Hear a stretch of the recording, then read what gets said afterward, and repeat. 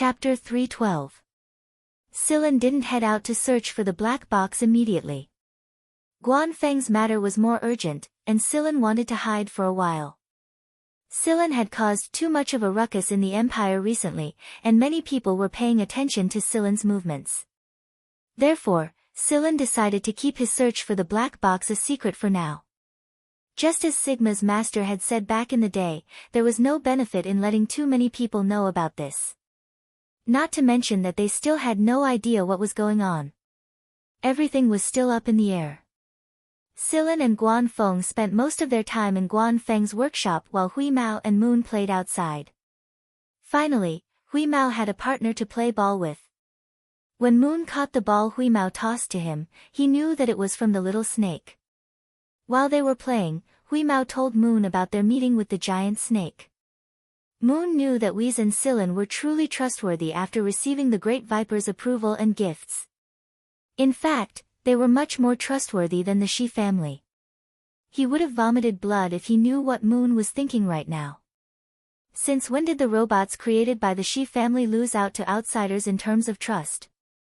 It had to be said that Moon's attitude towards Hui Mao and Sillin was a lot more sincere because of the giant snake. Moreover, he was very envious of Hui Mao and Sillin. The way they interacted with each other reminded him of the time when the five of them were with his master. While Sillin was working on Guan Feng's project, Moon used the materials Guan Feng gave him to upgrade himself. He replaced the old parts with new materials and added some hidden weapons. As for what those weapons were, neither Sillin nor Guan Feng knew. Moon only had Hui Mao to help him when he was upgrading himself. Although he didn't know what the new weapons were, considering Moon and Hui Mao's personalities, it was most likely something harmful. Sillin skipped some of his AF1 classes because he needed to focus on Guan Feng's project. However, the lecturers didn't say anything because they had informed Sillin beforehand. Moreover, the lecturers understood that they couldn't say anything because of Sillin's current status. Besides, who in the academic world didn't know about Sillin's troublemaker? He had said a lot of things that others didn't dare say, and he had done a lot of things that others didn't dare do. The storm he caused in the academic world hadn't completely died down yet. There were endless arguments about theorems and deductions, but the instigator of all this was hiding in his lecturer's workshop and taking over the project that the military attached great importance to. Many people seemed to have forgotten that Sillin didn't belong to the engineering department, but the microbiology and virus department. On this day, Sillin finally finished the most complicated part of the project. Guan Feng's wounds were almost healed, and Sillin didn't need to finish the rest of the project on his own. Now that the core of the project was done, the rest would be much easier. Guan Feng told Sillin to come out for some fresh air. Sillin didn't see Hui Mao or Moon when he finally came out after so many days. He guessed that the two of them had run off to cause trouble again. After finding something to eat, filling his stomach and stretching for a bit, Sillin was about to return to his workshop to help Guan Feng finish the rest of the project when his communicator suddenly rang. It was the person in charge of the animals in AF1. Sillin immediately knew that it was the two of them who had caused trouble the moment he saw the caller.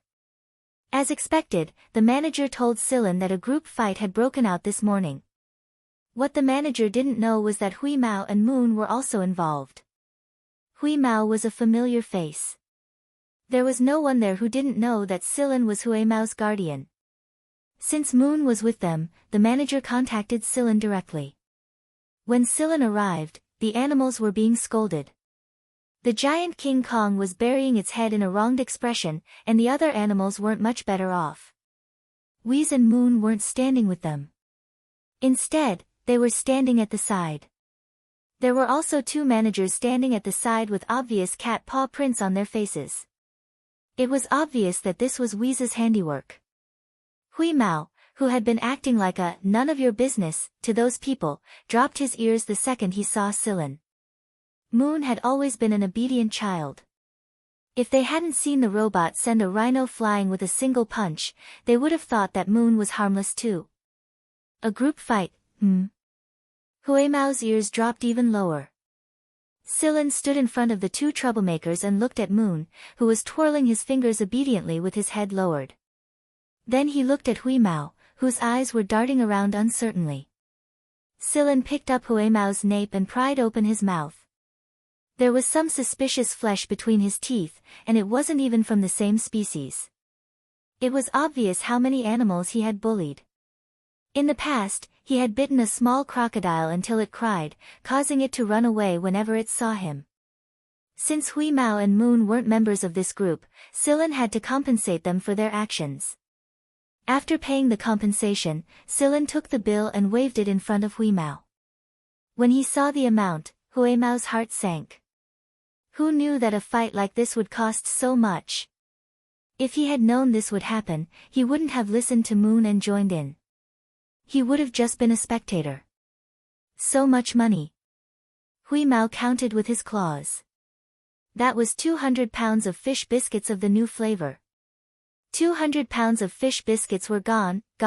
Sensing Huimao's thoughts, Moon turned his head and pretended not to know anything. To prevent these two guys from causing trouble again, Silen assigned a task to Huimao and Moon. He took out a list and asked them to monitor the activities of the people on the list in the forum. With Huimao and Moon's abilities, it would be difficult for them to be discovered even if they monitored everyone in the forum at the same time. This was the safest and most convenient method. After Silen re-entered the workshop, Huimao whipped Moon with his tail. "Have you finished collecting the samples?" "I'm almost done collecting them." The only reason you had asked Whis to join him was because he wanted to collect blood samples from AF1's animals. It was a habit of his. Although AF1 had a database of these animals, you preferred to analyze them himself. He had inherited the personality of the Shi family's peak generation. "Why are you collecting these things?" Huimao was puzzled. "I don't know yet. It's just a habit. I'll do it when I'm free or when I'm in a hurry. I want to enrich my database first. It might be useful when the time comes. Besides, we robots like to collect data." Huimao thought about it and agreed. It used to do the same thing in the past, but it got lazier and lazier. Therefore, Huimao did not dwell on this topic anymore. Huimao and Moon did not dare to slack off when it came to the task Silen assigned. When they finished monitoring the people on the list, they finally understood why Silen paid attention to this group of people. These people were all experts in the field of space and wormholes. Some of them were well known, while others were much more low-key. There were even many experts who were hidden among the people. Some of these people had sensitive identities and could not show their faces in public, such as the mutants or slaves. Especially the slaves. They must have done their research behind the backs of their buyers. If anyone found out, they would definitely be executed. When Silen finished the work at hand and came out, he was very satisfied with the results given by Huimao and Moon. He sifted through the information and combined it with the star map to think about the next step. Silen would not put all his hopes on the black box. It would be great if he could find it, but if he couldn't, he would have to find a way to create new technology to achieve his goal. However, Silen was not confident enough to think that he could do it on his own. Moreover, he was not proficient in this field. Although he had absorbed a lot of relevant knowledge, there was still a gap between him and those people. Everyone had their own specialties, and Silen admitted that he was not as good as them. As for those big names in the industry, Silen's initial target would definitely not be them. Therefore, Silen's first target was the unknown masters who were hidden among the people. The unstable wormhole Genya gave him was still quite a distance away from the capital star region, and he would have to pass by some of the target's residences along the way. That was why he decided to check out the civilian experts along the way, and if they were strong enough, he would decide what to do next. Silen and Shikai were working together. Silen gave Shikai a list of names, and Shikai sent a robot to monitor and report the information to Silen. Then, Silen would sift through the information and confirm it. Although Shikai was still passionate about the original robots, he was very interested in learning where the Gen family had started their business. He also wanted to see the situation in the other star system. Maybe he could find a way to build the original robots there, not to mention that Sigma was still there. By the time Guan Feng's project was done, the attention on Silen had gradually died down. The academic community had shifted its attention to the doubtful formulas and theorems. Every time a large debate was held, there would be an earth-shattering piece of news that shook the entire academic community. Thanks to these debates, the academic community was able to make great progress in all aspects. In the past, people preferred to refer to and repeat other people's experiments and research. If someone else was researching a certain species or material, they could change their research to a different species or material. The results were about the same, and there wasn't much progress or practicality in the end. However, it was a waste of money and time. But now, the debates and research projects were being launched one after another. The Emperor of the Mist Bodhisattva Empire was very happy to see this new scene. Every year, the local government didn't allocate so much money to them just to repeat other people's experiments and make it seem like they were busy. While everyone's attention was diverted, Silen quietly left the capital Star region. Everyone thought that Silen was still working on his project at Guanfeng's place. Are we really going to do it ourselves if we can't find the black box? You asked. They had searched the area Genya pointed out many times in the past, but they hadn't found any useful clues. It had been so many years, and you didn't hold out much hope. However, it had a feeling that Silen might be able to complete this unfinished task for 1,000 years. You could wait for years or even decades, but Silen was a human. He couldn't exist for as long as a robot. That was why you had collected blood samples from the animals. Most of them had long lifespans, and some of them could even live for hundreds of years.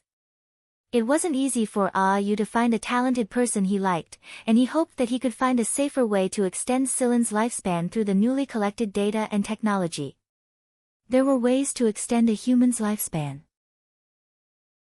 They could go dormant or use drugs to modify the body, but the modification process would affect the brain.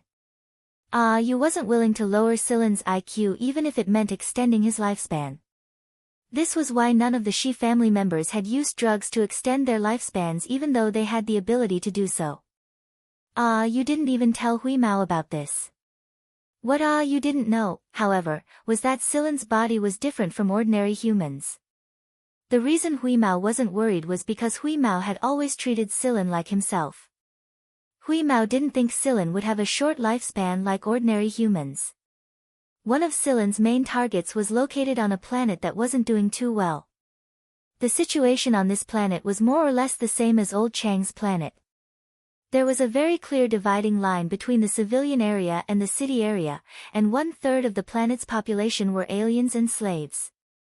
Most of the aliens in the city were slaves, and those who didn't want to be slaves could only stay in the rundown civilian areas.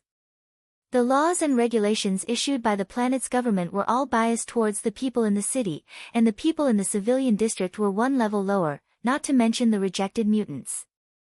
They were the lowest existence on this planet, and also the main source of cheap labor. There was no need for Silen to do anything. With Hui Mao and Yu around, avoiding the planet's external defense network was a piece of cake. Silen piloted the aircraft to a more secluded place, where there was a robot waiting for him. This is the latest news on the target's mission. However, his physical condition isn't very good. If this continues, he won't make it past the year. The robot Silen had been sent here early to report on the recent surveillance situation. It was certain that the target was not in good health. Related research was harmful to the body.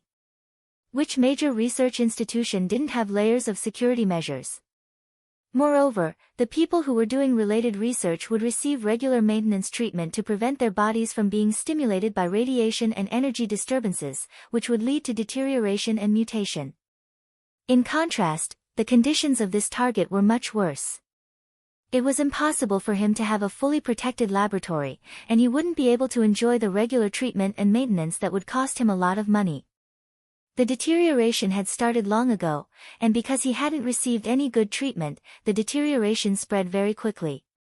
Even the second and third deterioration appeared one after another. After studying this for so long, it was really not easy for him to stay alive and continue his research. Taking the temporary fake ID, Silen took Hui Mao and Yu to the city. The fake ID made it more convenient for Silen to act on the planet, and it also avoided some extra attention. The first place Silen went on this planet was a place at the edge of the city group. In fact, their target was not in the city, but in the civilian area. After the robot Silen finished explaining, it went back to continue monitoring the situation of the target to prevent any sudden incidents.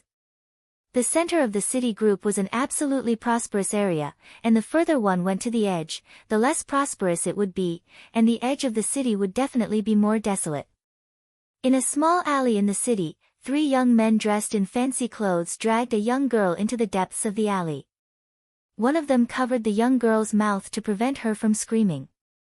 Ignoring the young girl's struggle, he tightly clamped down on the young girl, not letting her break free. The 3 of them all had malicious smiles on their faces. The passers-by just glanced at them and didn't look again, as if it was a common sight. Moreover, the 3 people were not good people, and meddling in other people's business would only be asking for trouble. If anyone looked too much, they would also provoke the 3 young men's angry glares, as if they would dig out their eyes if they looked again. After the 3 young men dragged the girl deep into the alley, they threw her into a dead corner, and the 3 of them blocked the way. There was no one else here, and it was quiet. Only the squeaking of the rats and the buzzing of the flies could be heard from time to time beside the garbage dump. This place was too remote. Even the cleaning robots would not come here often, and the patrol team would not come here either. There were often people from the underground gangs dealing with things that could not see the light of day. Often, people would find mutilated corpses that had been dead for a long time in this place. After the girl was rudely thrown into the corner, she didn't have time to wipe the tears on her face and tidy up her messy hair and clothes. She curled up her arms and retreated to the corner. Her big eyes were full of fear, and she kept trembling, looking very pitiful. "This can't be blamed on us, you bumped into us yourself. Of all the bad roads, you just had to bump into us, you can only blame your own bad luck." The 3 young men slowly surrounded the corner, and one of them had already started to pull up his pants. The rat that was rummaging in the garbage dump for food suddenly stopped, and all the hair on its body stood up. It quickly left the garbage dump and fled underground, not even caring about the rice cake it had just found. The sound of blood splashing against the wall was mixed with the thud of the rats falling to the ground. The thick stench of blood permeated the air, mixing with the stench of the garbage dump. It was particularly nauseating. There was no sound of moaning, not even the last word was uttered. The 3 young men fell to the ground, their faces still had a bit of a lewd smile on their faces. Their pants were not completely pulled down. They did not even react until they died.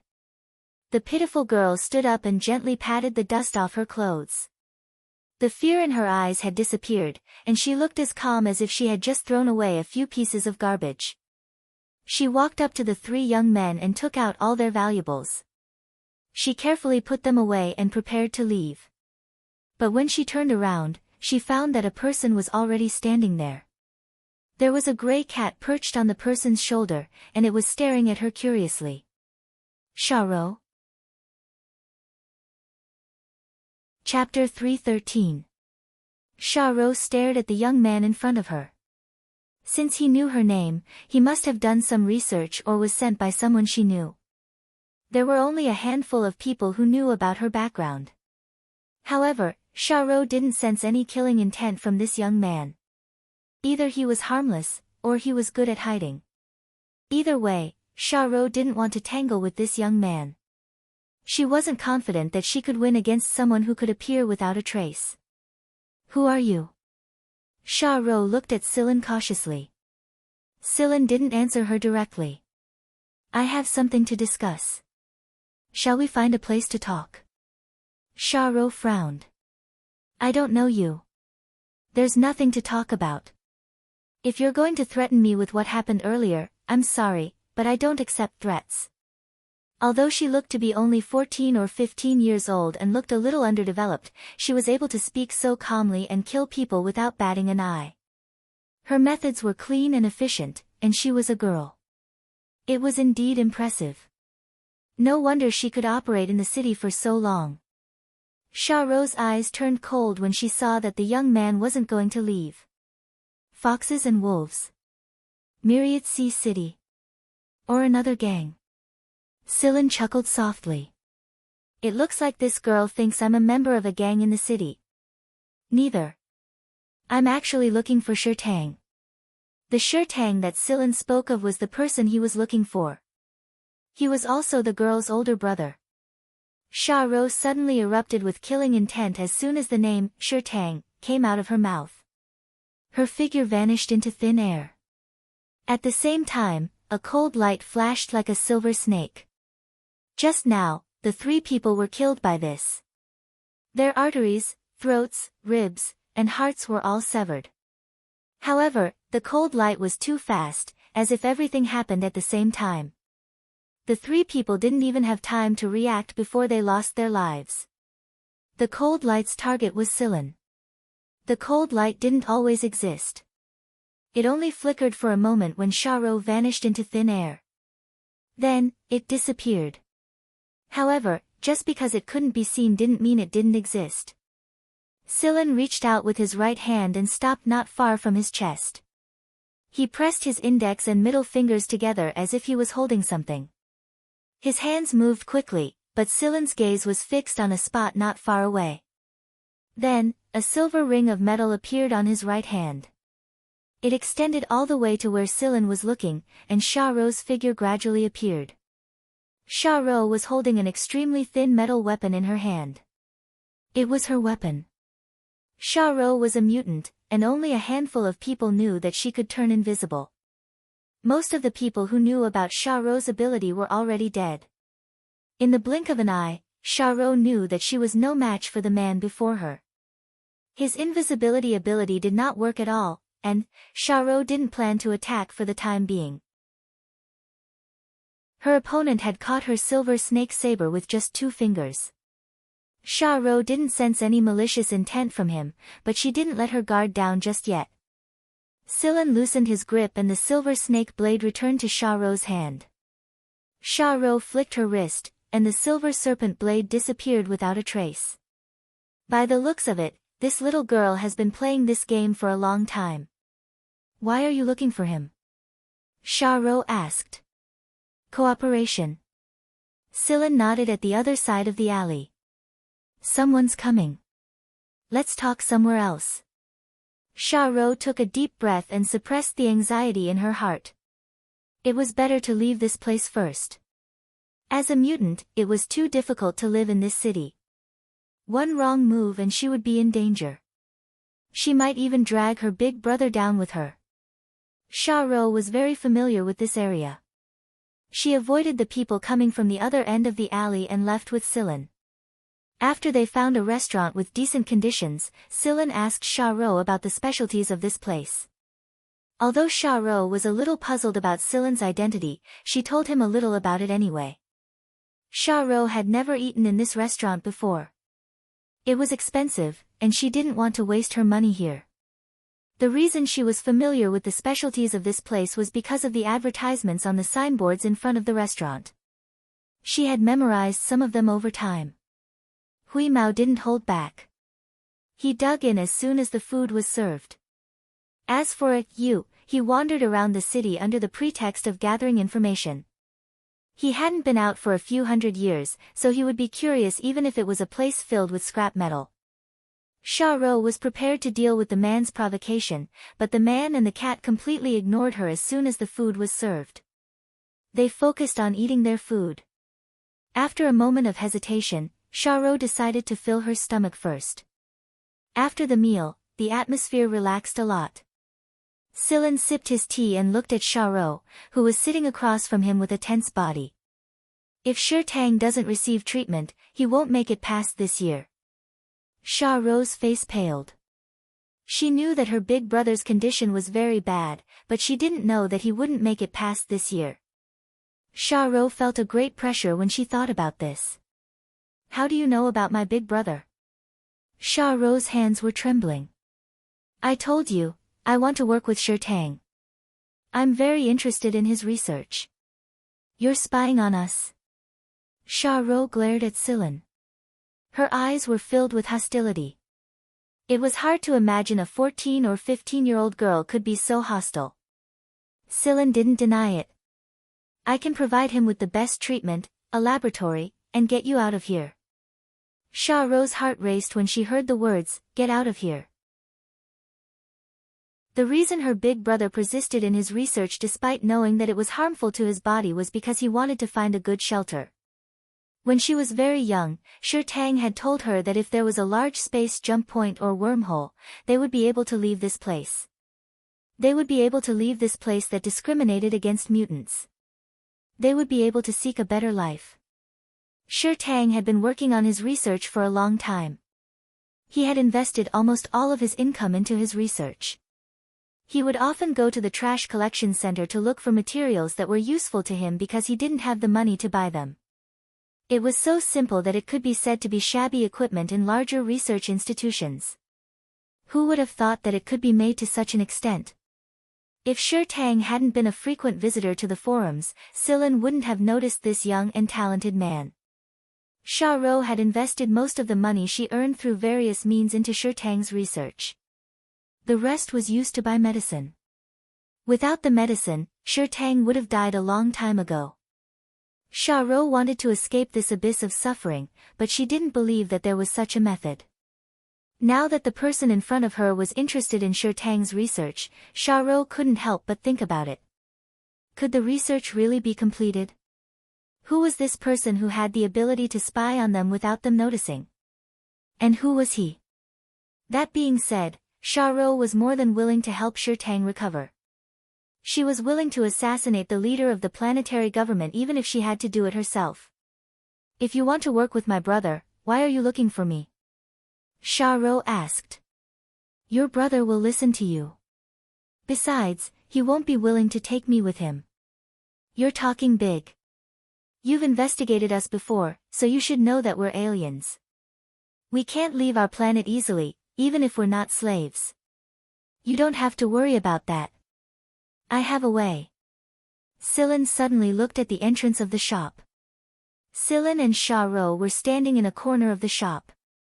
There weren't many people around, and there was some music playing in the shop. They weren't afraid that their conversation would be overheard.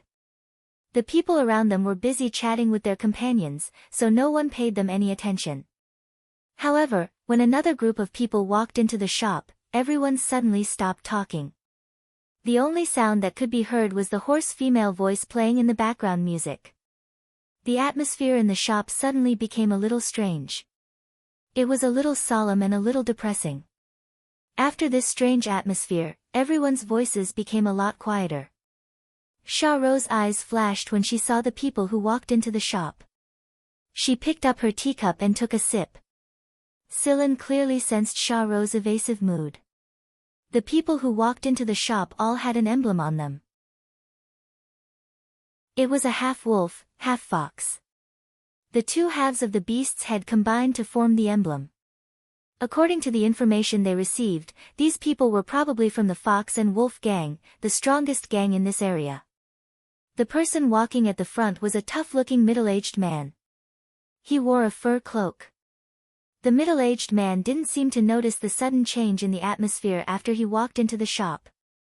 He looked around the shop. The customers all lowered their heads, afraid to make eye contact with him. The middle-aged man's subordinates were about to go upstairs, but they stopped and waited for their boss's order when they saw that he didn't seem to have any intention of going up. After looking around, the middle-aged man fixed his gaze in a certain direction. An inexplicable smile appeared on his face. He walked toward the corner where Silen and Xiao were sitting. Little Xiao, are you eating with your boyfriend? The middle-aged man pulled out a chair and sat down. He looked at Xiao, then at Silen, who was sitting there calmly. Seeing that she couldn't avoid this, Xiao stood up and bowed.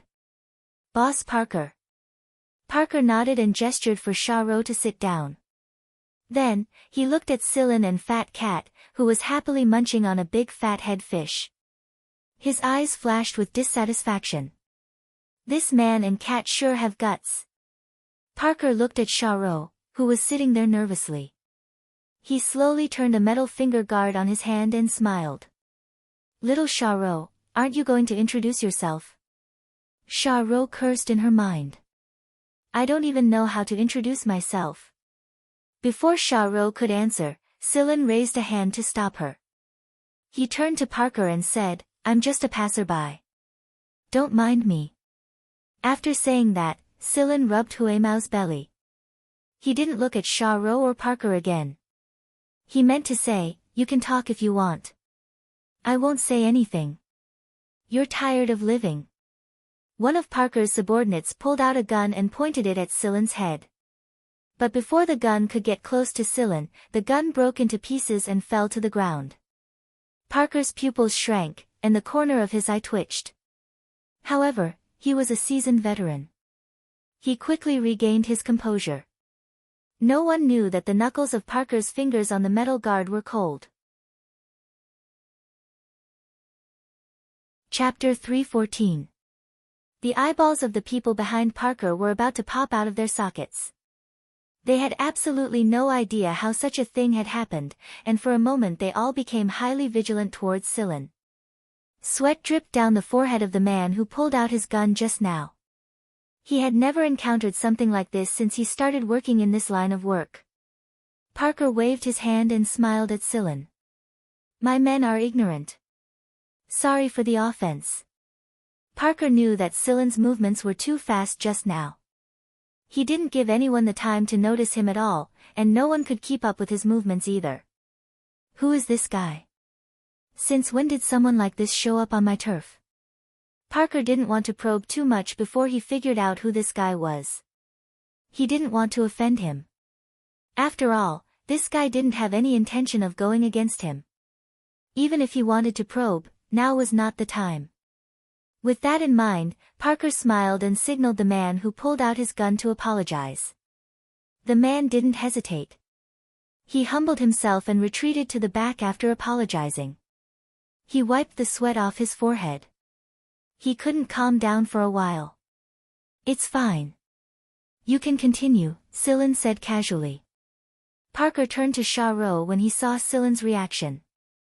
He didn't know the relationship between this stranger and Charo, so he put on a more sincere smile to avoid conflict. He said in a low voice, You're the one who took care of the 3 people in the alley, aren't you? Although they don't have any insignias on them, I want to remind you that one of them is related to a small leader of Myriad Sea City. However, since they came to my territory to behave atrociously, it doesn't matter if they die. Charo sighed in relief when she heard the latter half of Parker's words. The gang leaders of Myriad Ocean City and Fox and Wolf Gang had been trying to recruit her into their gang, but she never agreed. She only made some deals with them in private. She was a part-time assassin, and she would receive a sum of money after taking care of the target. That was all. She didn't dare to get too involved with these 2 gangs, and she didn't dare to offend them. She was afraid that Parker would use those things to threaten her, but it seemed that Parker didn't mean that. She just couldn't figure out if Parker made this decision because of this stranger or something else. Be careful. Myriad Ocean City isn't very peaceful, and the planetary government is keeping a close eye on it.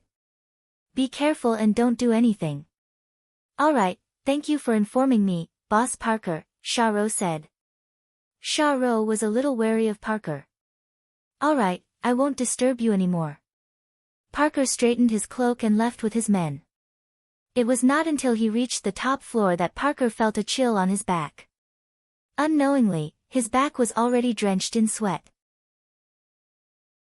If it wasn't for the cloak covering him, others would definitely be able to see that although Parker didn't show anything on his face, he was actually lacking in confidence.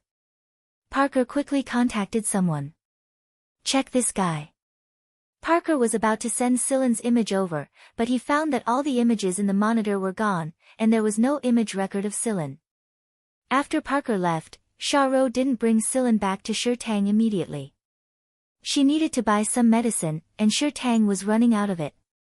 Aren't you curious about my relationship with Fox Wolf? Charo asked. A little, but there's no need to look into it. Charo's behavior right now was very similar to Sillin's when he was still a shadow hunter. If this were the League of Stars, Sharo would have been a good hunter, and she could have been recruited by some good hunter groups. Unfortunately, this was the Mist Bodhisattva Empire. Sharo was getting more and more confused by the man in front of her. He was young, but he gave off a very strange feeling. He looked harmless, but he wasn't. Even someone as proud as Parker didn't dare to act rashly, so Sharo didn't dare to act rashly. Forget it. As long as this man can help my big brother get good treatment, I'm willing to do anything. Sharo got off at a stop and walked to a pharmacy. The shop owner greeted her with a smile. You're here to buy medicine again? Yeah. It's the same as last time. Sharo was a frequent customer, so the shop owner recognized her since a long time ago. However, when the shop owner saw Silen standing next to Sharo, he examined Silen from head to toe for a moment before losing interest. He summoned a service robot and ordered it to bring the medicine to him. After the transaction was done, Sharo carefully packed up the medicine, bid farewell to the shop owner, and left. Can I see the medicine in your hand? Silen suddenly asked after they were out of the pharmacy. Sharo thought for a moment and handed the medicine to him. There was no reason for him to make a fuss over medicine. The medicine wasn't worth much, and he didn't look like he was in need of money. Money shouldn't be a big deal to him.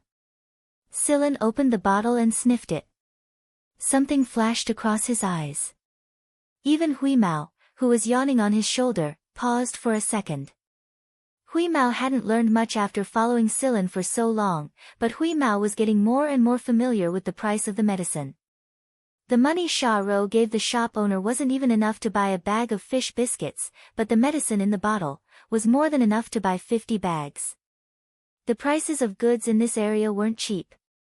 Although the level of consumption wasn't as high as the center of the city, it wasn't too far off. Plus, the price of medicine shouldn't be too different. How could someone buy such good medicine with so little money? Silen took a sniff and knew what kind of medicine it was. He poured out a pill and closed the bottle. Then, he looked at the other bottles.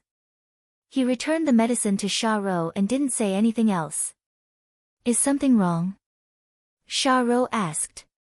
She wasn't sure. Her big brother always took these medicines, and they were very effective. If it weren't for them, her big brother wouldn't have survived until now. Nothing. Is there anything else you need to do? If not, let's go to the Hall of Records, Silen said. Sharo didn't press the issue. Let's go back. There's nothing else for now. Sharo was planning to sell the items they looted from the 3 people they killed today, but Parker told her that the situation was getting more and more tense. It was better to be safe than sorry. She decided to wait until the situation blew over. Then, she would find some time to exchange the items for money. While Sharo wasn't paying attention, Silen's finger moved on the communicator and gave the robot a new order. It looked like things weren't as simple as he thought. No wonder the Hall of Records could survive until now. There was someone else hiding in the dark. But who was this person? Sharo and the Hall of Records would never know. The person had done everything so discreetly that Sharo and the Hall of Records wouldn't notice anything amiss. He had no choice but to investigate on his own. At the exit of the city, Silen relived the strange gazes he received from the workers. The workers there didn't seem to like people who were leaving the city, especially those who took the train instead of driving their own flying cars. Their eyes were filled with contempt. Sharo snuck a peek at Silen. He wasn't affected by the stares. She was impressed. As expected, all-powerful people are able to keep their composure. Parker, for example, could put on a calm and collected face even when he was scared to death. Sharo believed that she was still lacking. She needed more practice. The condition of the train leaving the city was terrible. It was crowded, and the carriages were filled with all kinds of strange smells. People cursing and swearing could be seen everywhere. Most of them were mutants. Some were slaves who had been released to visit their families, and some were residents outside the city. Many of these people were good fighters. Even if they weren't, they would still have a huge advantage in other areas. They were very satisfied with their current lives. Even though they were slaves, as long as they were obedient, willing to work hard, and followed a good master, their living conditions were better than the average city resident. There was a mutant in the carriage that Silen and the others were in. He was showing off a gemstone that his master had given him.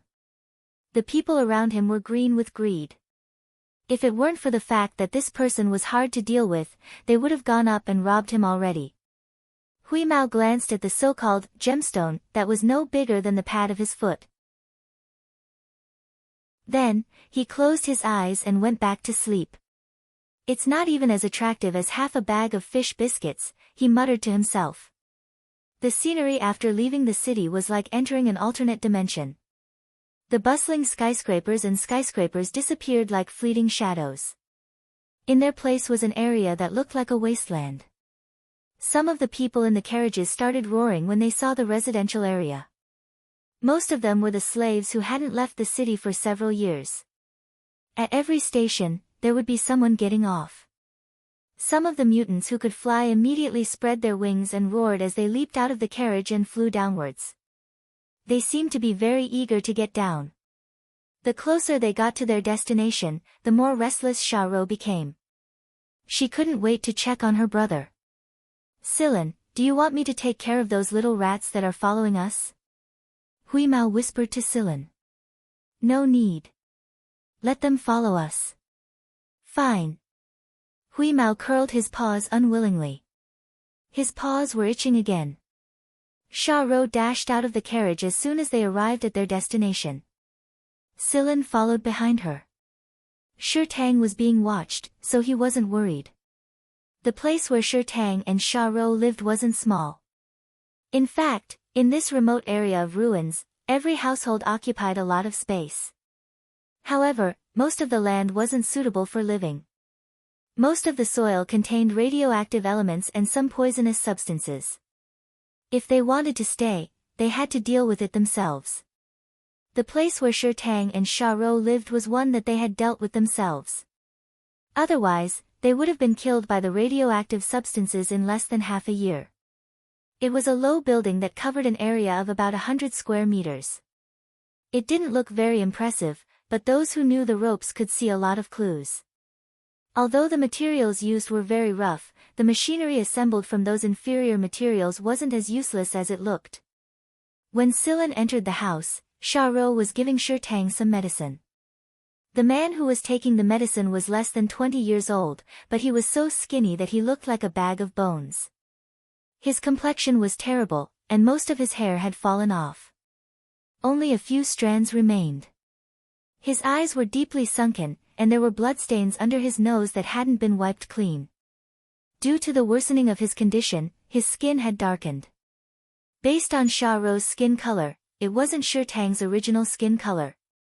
Xiaorou told Shirtang about Silen, but Shirtang didn't respond immediately. Although his complexion wasn't good, Silen could see the stubbornness in his sunken eyes.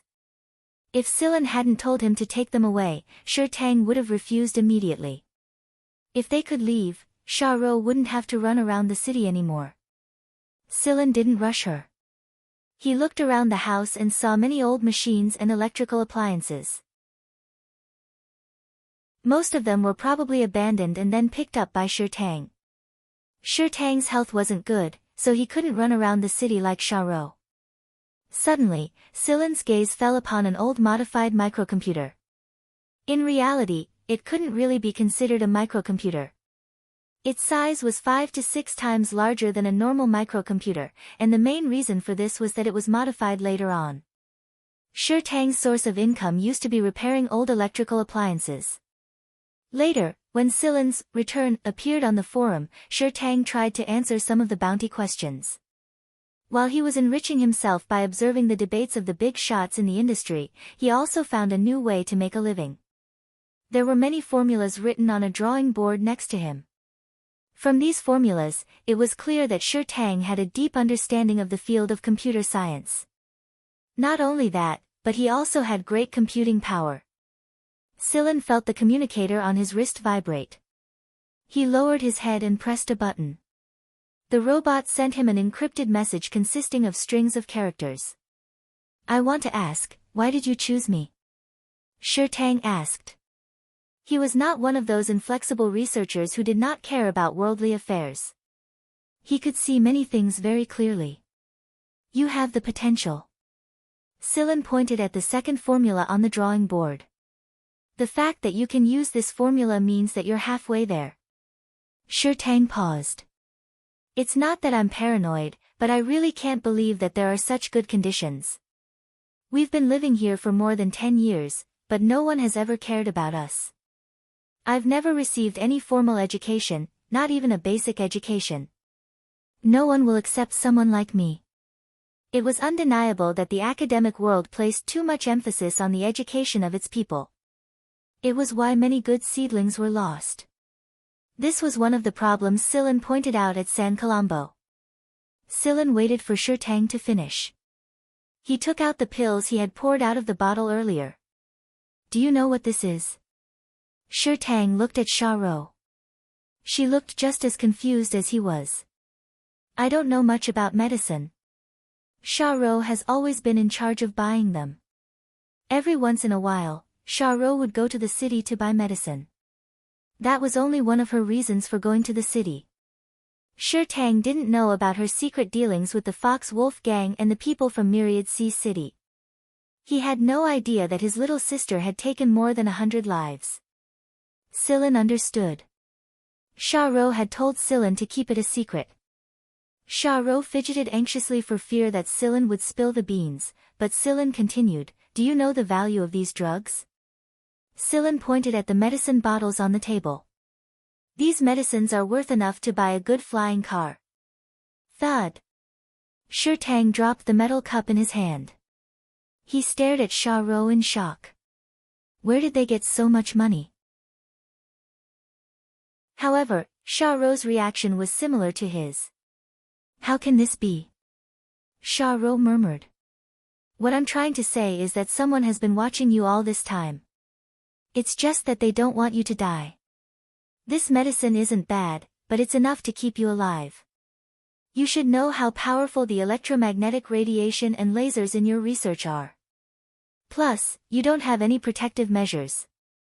Sha Ro and Shi Tang both remembered that the medicine they bought 3 years ago was very effective. Since then, they had been taking the same medicine for the past 3 years. If that was the case, then the mastermind had been watching them for more than 3 years, and they hadn't noticed it at all. Sha Ro shot to her feet.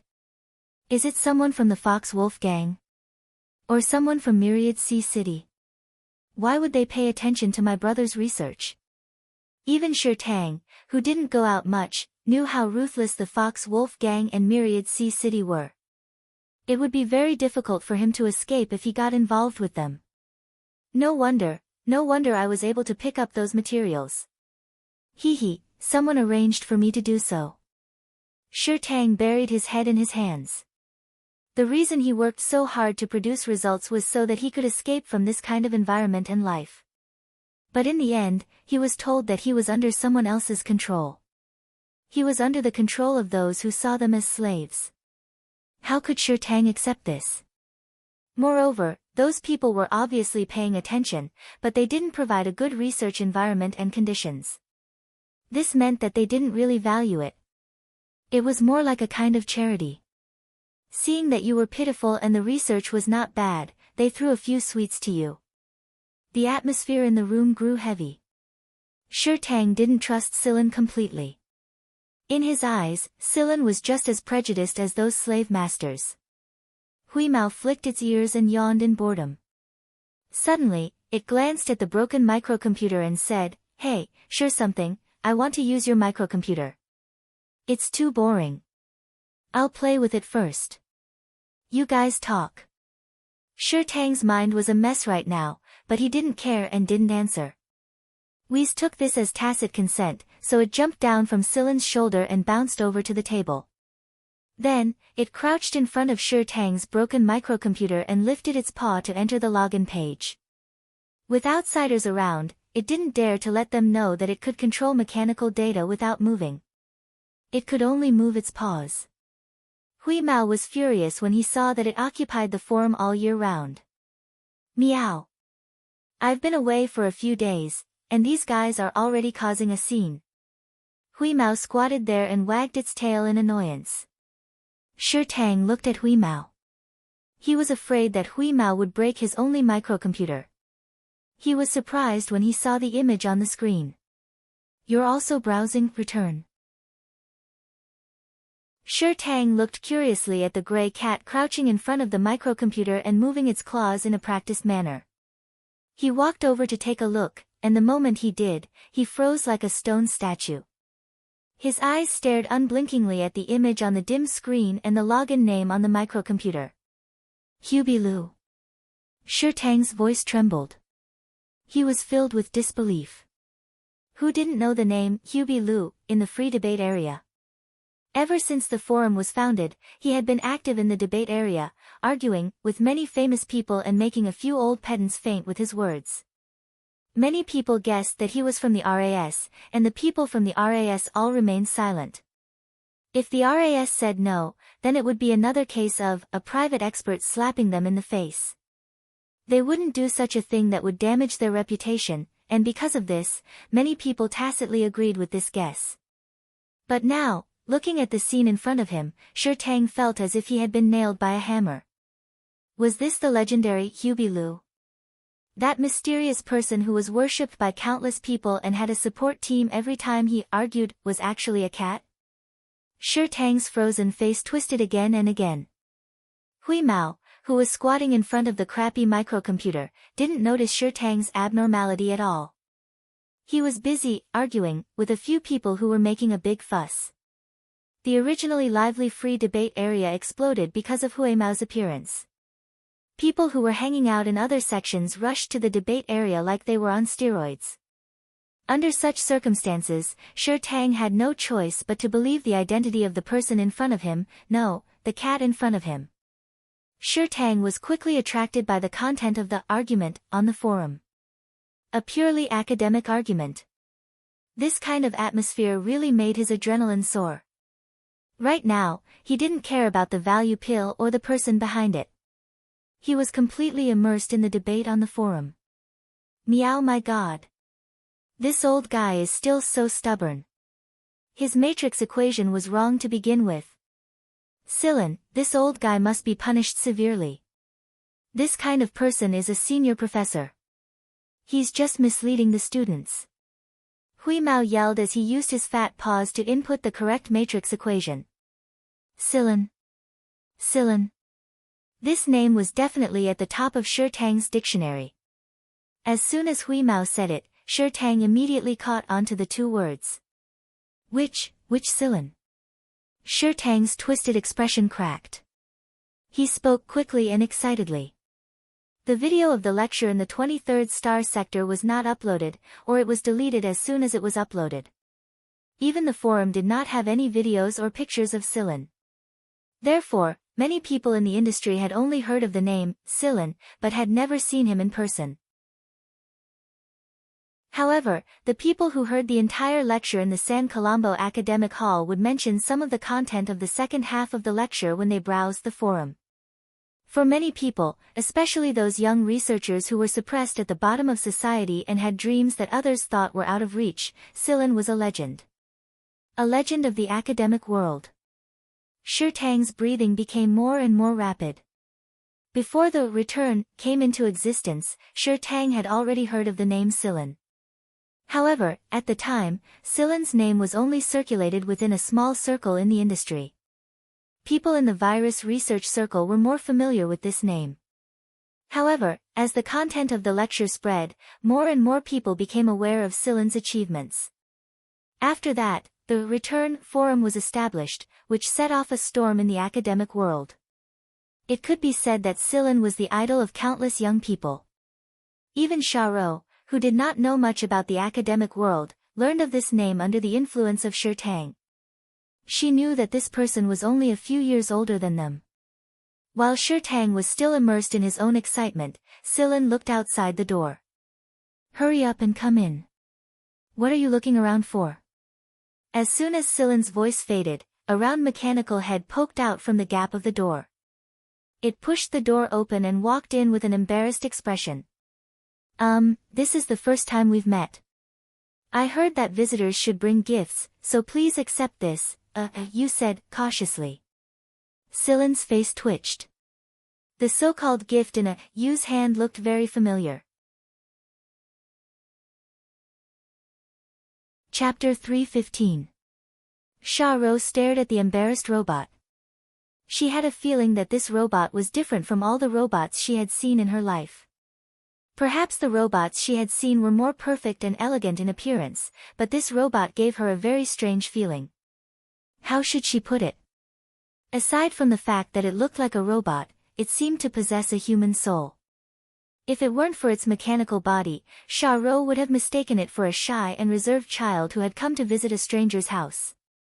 However, just like Silen, Xiaorou's expression changed when she saw the gifts Moon handed her. If she wasn't mistaken, these so-called gifts were the master's gifts that they saw the mutants showing off in the train carriage on their way back. Those mutants were definitely not good people. They were born in the gray world of the civilian district and worked for the slave masters in the city cluster. They had to be powerful people. Not to mention, among the gifts was the gemstone that many people in the train coveted. The owner of the gemstone was not easy to deal with. It would take a long time to deal with those people. How did this robot do it? Shirtang didn't know much about these things. Before he could recover from the shock of Huimao and Silen, this robot that was clearly different from the others gave him these gifts. Shirtang's hands were shaking like they were cramping. He waved his hands and shook his head. It's okay, it's okay. These are too expensive. There's no need for gifts. Moon shoved the gemstones, bracelets, and rings into Shirtang's hand and performed an ancient greeting. It was an etiquette from 1,000 years ago. It was a little different from modern etiquette, but those who didn't know anything about etiquette wouldn't be able to tell the difference. Shirtang didn't know how to react. His palms were sweaty, and his nose was bleeding again.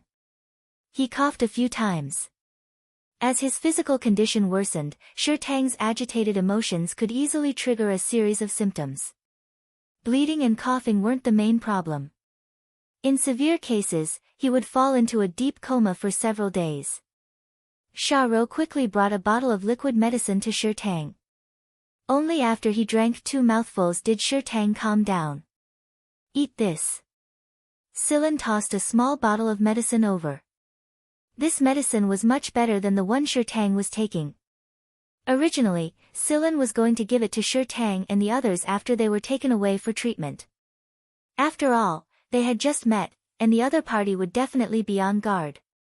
However, seeing Shirtang's reaction after knowing his and Huimao's identity, there was no need to worry about that. Shirtang didn't care about the gifts in his hands.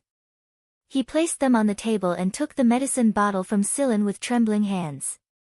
Then, he drank the water Xiaorou gave him without any hesitation.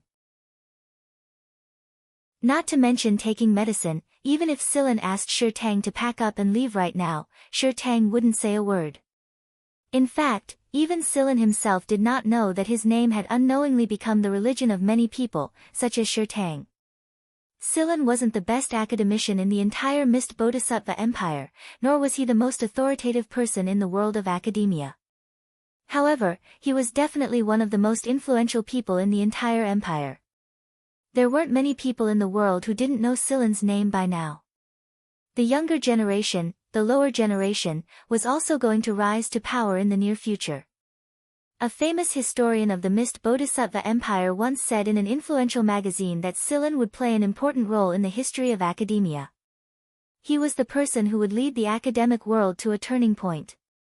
However, at this moment, the man who played an important role in the turning point of history was covering his face with his hands.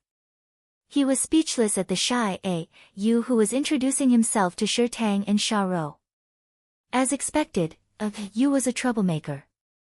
After the introduction, Yu tilted his head and looked at Shirtang and Xiaorou. Will you be leaving with us? Shirtang looked carefully at Silen and saw that Silen was looking at them. He sucked in a deep breath and said in a trembling voice, I'm listening to your arrangements. Just call me Silen. Silen suddenly turned to look at Yu. You're in trouble this time, Yu. Yu scanned the area with his scanner before looking down and twirling his fingers. I'm really sorry. Silen curled his lips. Sorry my ass. Keep pretending, keep pretending. Hui Mao had just finished arguing with a couple of old guys in the forum and logged out of the forum. He was about to greet Yu when his ears suddenly pricked up and his mouth cracked into a smile. He jumped onto Silen's shoulder and said, Are we going to fight this time? Sha Ro was confused by their reaction at first, but her eyes suddenly focused and she said to Shi Tang, Big bro, you go inside first. What's wrong? Shi Tang looked confused, but he quickly went back to his room and grabbed a couple of modified guns. It's fine, I'll stay with you. On the simple scanning screen made by Shi Tang, there were many dots of light surrounding their house. Each dot of light represented a person. In other words, they were surrounded. The most obvious difference between the civilian area and Old Man Chang's was that the civilian area here was filled with violence and blood. The strong preyed on the weak in this lawless place was the law of the jungle.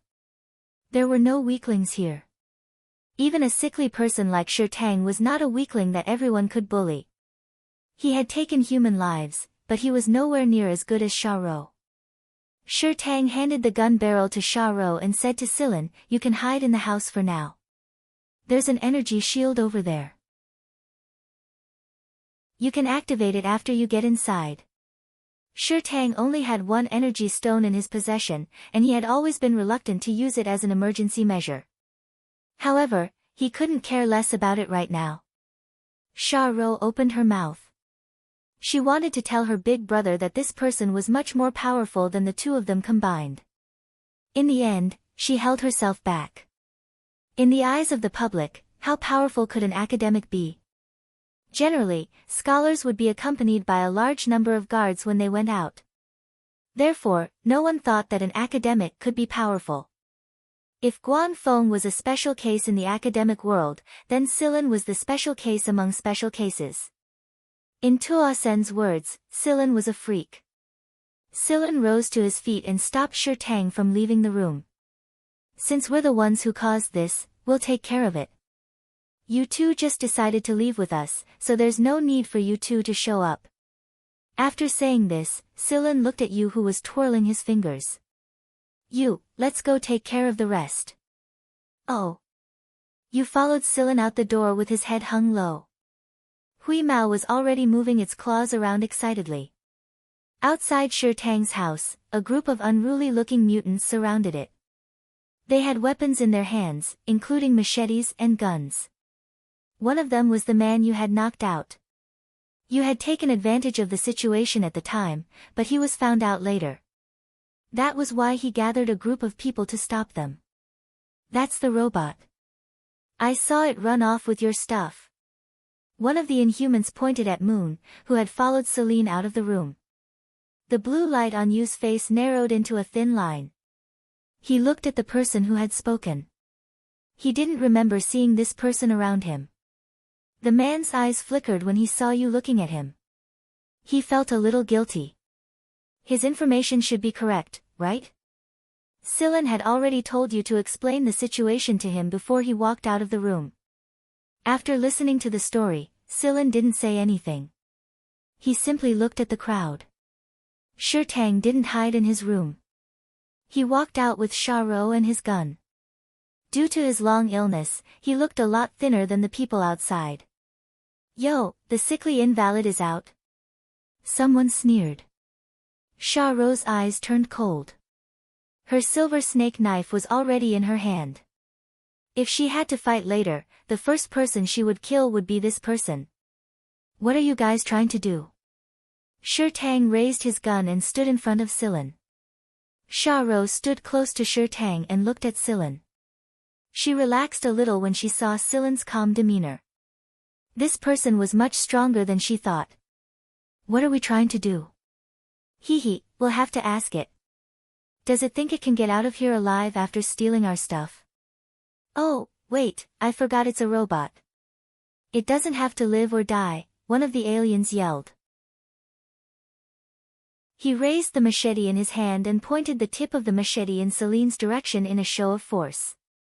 Sure Tang was about to ask what it was, but Xiaorou nudged him with her elbow. She didn't want him to ask. Celine took 2 steps forward. The moment he moved, Sure Tang tensed up. He couldn't let this person get hurt here. Otherwise, Sure Tang would feel like a sinner in the academic world. Some of the people in the circle were already pointing their guns at Celine. If Celine made a move, they would open fire.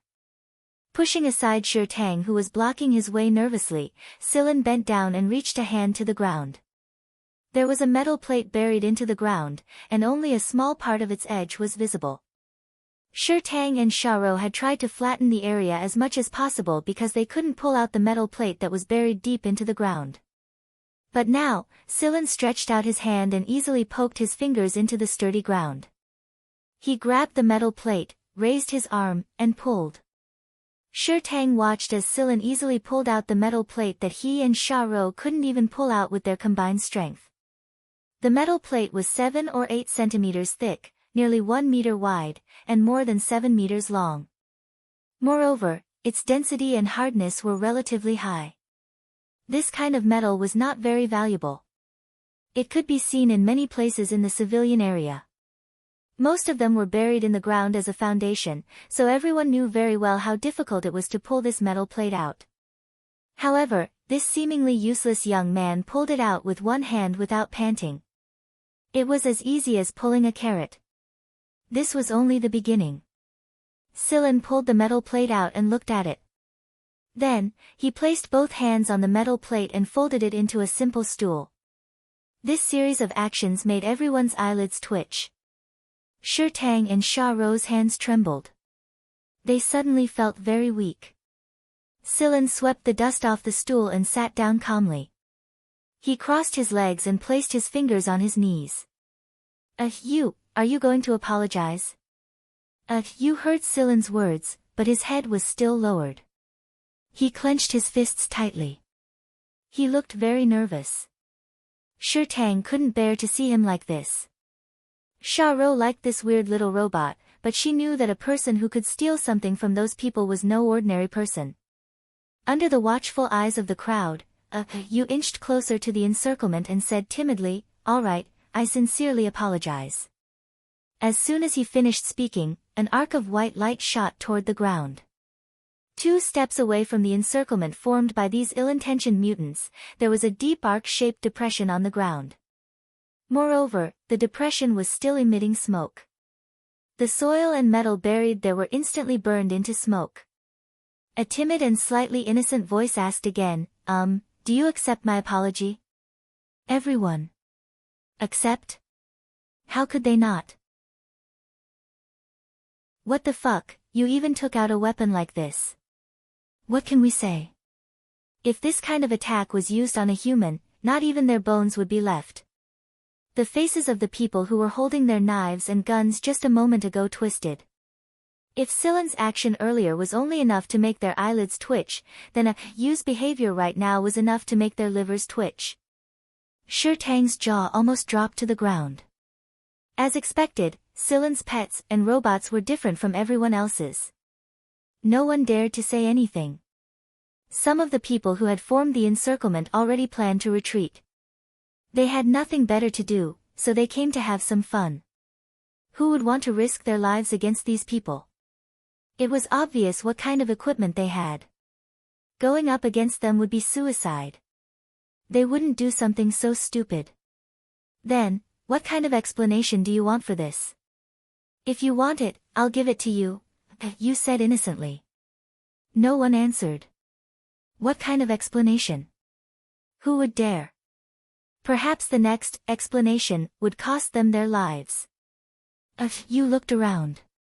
Some people's legs trembled when they saw the mechanical face with the blue stripes. They couldn't help but back away. We can't retreat. Someone in the encirclement suddenly shouted. It was the person who pointed out at Yu. He avoided everyone's eyes when they looked at him, but he still stubbornly said, "Don't be afraid of them. My boss will be here soon. You'll get what you deserve." You looked at the person and asked, "Who's your boss?" "My boss is," splat, blood splattered. The person was cut in half at the waist. Useless. A person with a water pattern tattoo on his face appeared behind the person. Blood dripped from the blade in his hand, but it didn't leave any marks. The people who had been running away retreated when they saw this person. Some started to run, but they only got a few steps before blood splattered everywhere. People appeared one after another. They were all wearing cloaking devices that could make them invisible. Those people didn't see anyone when they ran, so they didn't even see the person who wanted to kill them. They're from Myriad Sea's city. Sha Ro recognized one of them. He was one of the most powerful assassins in the city. The people who had come before were more or less the same, and they knew each other's strength. However, these were assassins from Myriad Sea's city who had come prepared. Even Sha Ro had no chance of winning against any of them. Sha Ro's face turned as white as a sheet when she saw these people. In the past, these people were only after money. But now, these people were executioners. Sha Ro didn't even have the courage to take a single step forward. Her legs felt like they were frozen in place. "I'm sorry," Sha Ro said in a low voice. She was talking to Shi Tang and Silan. She must have killed the 3 people from Myriad Sea's city that attracted the attention of these people. She didn't expect them to send out such powerful assassins. Could it be that the 3 people in Myriad Sea's city were much more important than what Parker said? "They're not here for you," Silan said. "Their target is me." "You?" Sha Ro looked at Silan in confusion. "Because they're the ones who've been watching you." Sha Ro and Shi Tang felt a chill run down their spines. Had these people been watching them all this time? Clap, clap, clap, clap. Applause rang out. A figure appeared on the stage. It was just an image projected by the projector. This person must be watching them from somewhere. The person in the image looked a little frail.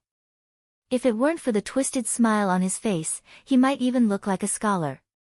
As expected of one of the top 5 most influential people in the world of academia. "It's a pleasure to meet you, Silan," the person said. Silan glanced at him but didn't say anything. The person wasn't angry at Silan's silent response. He continued, "If I didn't happen to have some free time today, I wouldn't have noticed that an honorary scholar of the Royal Academy of Sciences would show up in a small place like this." "You've been watching us?" Shi Tang asked. Shi Tang was having a hard time holding back this question. Shi Tang's first impression of the person in the image was disgust. "I've been watching you. You're not worthy. It's just that one of my subordinates discovered your talent by accident, so I secretly helped you out. But from the looks of it, you didn't even get the final results." It sounded like his subordinates saw a stray dog on the side of the road and threw a few leftover bones at it from time to time. Shi Tang trembled in anger. It had to be said that the person's help did help Shi Tang's research to a certain extent. It wasn't much, but it did save him a lot of time searching for the necessary ingredients. That drug did prolong his life a little too. However, Shi Tang and his sister weren't slaves, nor were they livestock. The way the person spoke and looked at them made Shi Tang want to beat the crap out of him. Celine was still sitting in the same posture as before. She said in a calm tone, "It seems that you are also a member of the academic world. Your secret charity is just for Shi Tang's research. Moreover, although Shi Tang did not completely succeed in obtaining the results, didn't you steal some of the research results at some stages? So, in reality, he doesn't owe you anything." Shi Tang abruptly turned to look at the person in the video. His research was stolen by someone else a long time ago. He had been working hard all this time for these people. His illness was also for these people. He had been fantasizing about selling his research to the people in the research department even if he couldn't get the final results. That way, his sister could live a better life after his death. But it was all just a fantasy.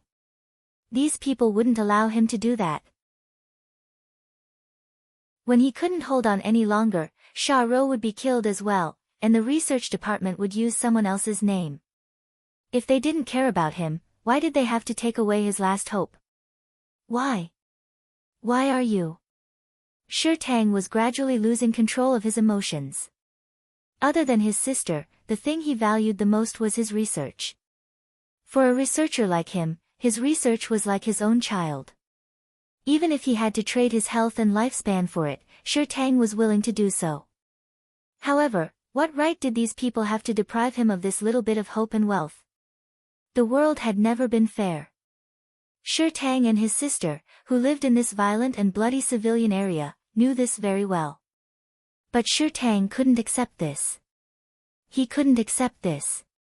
Shi Tang thought back to when he first started browsing the forums, and the people there had posted the extremely controversial words in Silen's report. This world is strange when it comes to giving rewards. It tends to give rewards to those who are already famous. The background of honor leads to the uneven distribution of honor results. This unfair effect caused many unknown researchers to not be recognized by the academic community for a period of time or for a long period of time after they made contributions and had good results. Some outstanding people even quit the academic community. There is a phenomenon in the academic community of the empire. Those who already have a lot want to give them more. They would rather let them have more, and those who are already short on money want to take away even the last straw in their hands, so this was all true. Shi Tang's mind replayed the words, and every single one of them made him feel suffocated. His violent emotions made him cough again. Blood flowed out of his nostrils. Sha Ro couldn't care less about the people outside. She hurriedly went into the house to fetch some medicine for Shi Tang to drink. Silen looked at Shi Tang and injected him with a syringe. The medicine wouldn't be effective immediately under the influence of his emotions, so he had to inject the medicine first. Shi Tang's condition improved after the injection. Silen asked Sha Ro to take care of him while he turned around to look at the person in the video who was looking at them with a sneer. Are you not going to let me go as well? You don't plan to let me go in the first place, do you? The person in the video raised his chin. That's right. Why do you, Silen, deserve so much attention? It's just because you have a good mentor that you can fool those lowly commoners. Do you really think you're some big shot? In my eyes, you're just an ant that doesn't know who you are. Is that so? Silen snapped his fingers. Pft, pft, sounds came one after another. Some people appeared in the originally empty place. These people were the assassins of Myriad Sea's city who had yet to reveal themselves. The Puchi sound came from these people. Their cloaking gear was broken, so they revealed themselves one after another. However, they were already dead by the time they showed themselves. Under the astonished gaze of the man in the video, the subordinates he sent, whether invisible or not, fell one after another. However, they couldn't detect the people who were hiding even deeper than they were. Chapter 316. The man in the video was stunned by the sudden turn of events, but he also understood that an honorary scholar of the RAS like Silen must have brought along hidden guards. After these people died one after another, he contacted another group of people and informed the planetary government that they wouldn't interfere with Myriad Sea's city's actions. Silen didn't stop him from contacting the planetary government. Through this channel, Silen could learn more about the man in the video. The reason Huimao hadn't done anything until now was because Silen had asked it to pay attention to all parties' communications and steal their information to investigate the man's identity. The results surprised Silen a lot. No wonder this man dared to attack an honorary scholar of the RAS. Given their backgrounds, it would be very difficult for anyone to find out who they were as long as they took care of the matter cleanly. Unfortunately, Silen wasn't someone he could deal with casually. Gleason Vanet, so you're a member of the Gleason family. No wonder you're so confident. Silen smiled. Vanet stared at the man in front of him who was slightly younger than him. How could he smile so calmly if he knew that he was a member of the Gleason family? Or was he just pretending to be calm? But if Silen could find out who he was, then he must be able to contact the RAS as well. This was going to make things difficult for him. Although the Gleason family was powerful, they wouldn't go against the RAS directly. It would be detrimental to their interests. Vanit smiled after thinking about it for a moment. He couldn't start a conflict with the RAS directly, but he could attack from another side. As expected of Guan Feng's student. You may have Guan Feng's support, but these two people are residents of this planet. You, Silan, can't do anything about it. Oh, I forgot to mention that the Gleason family has jurisdiction over this planet. This is a legitimate cooperation between us and the planetary government. Not even Guan Feng can interfere. Vanit's meaning was simple.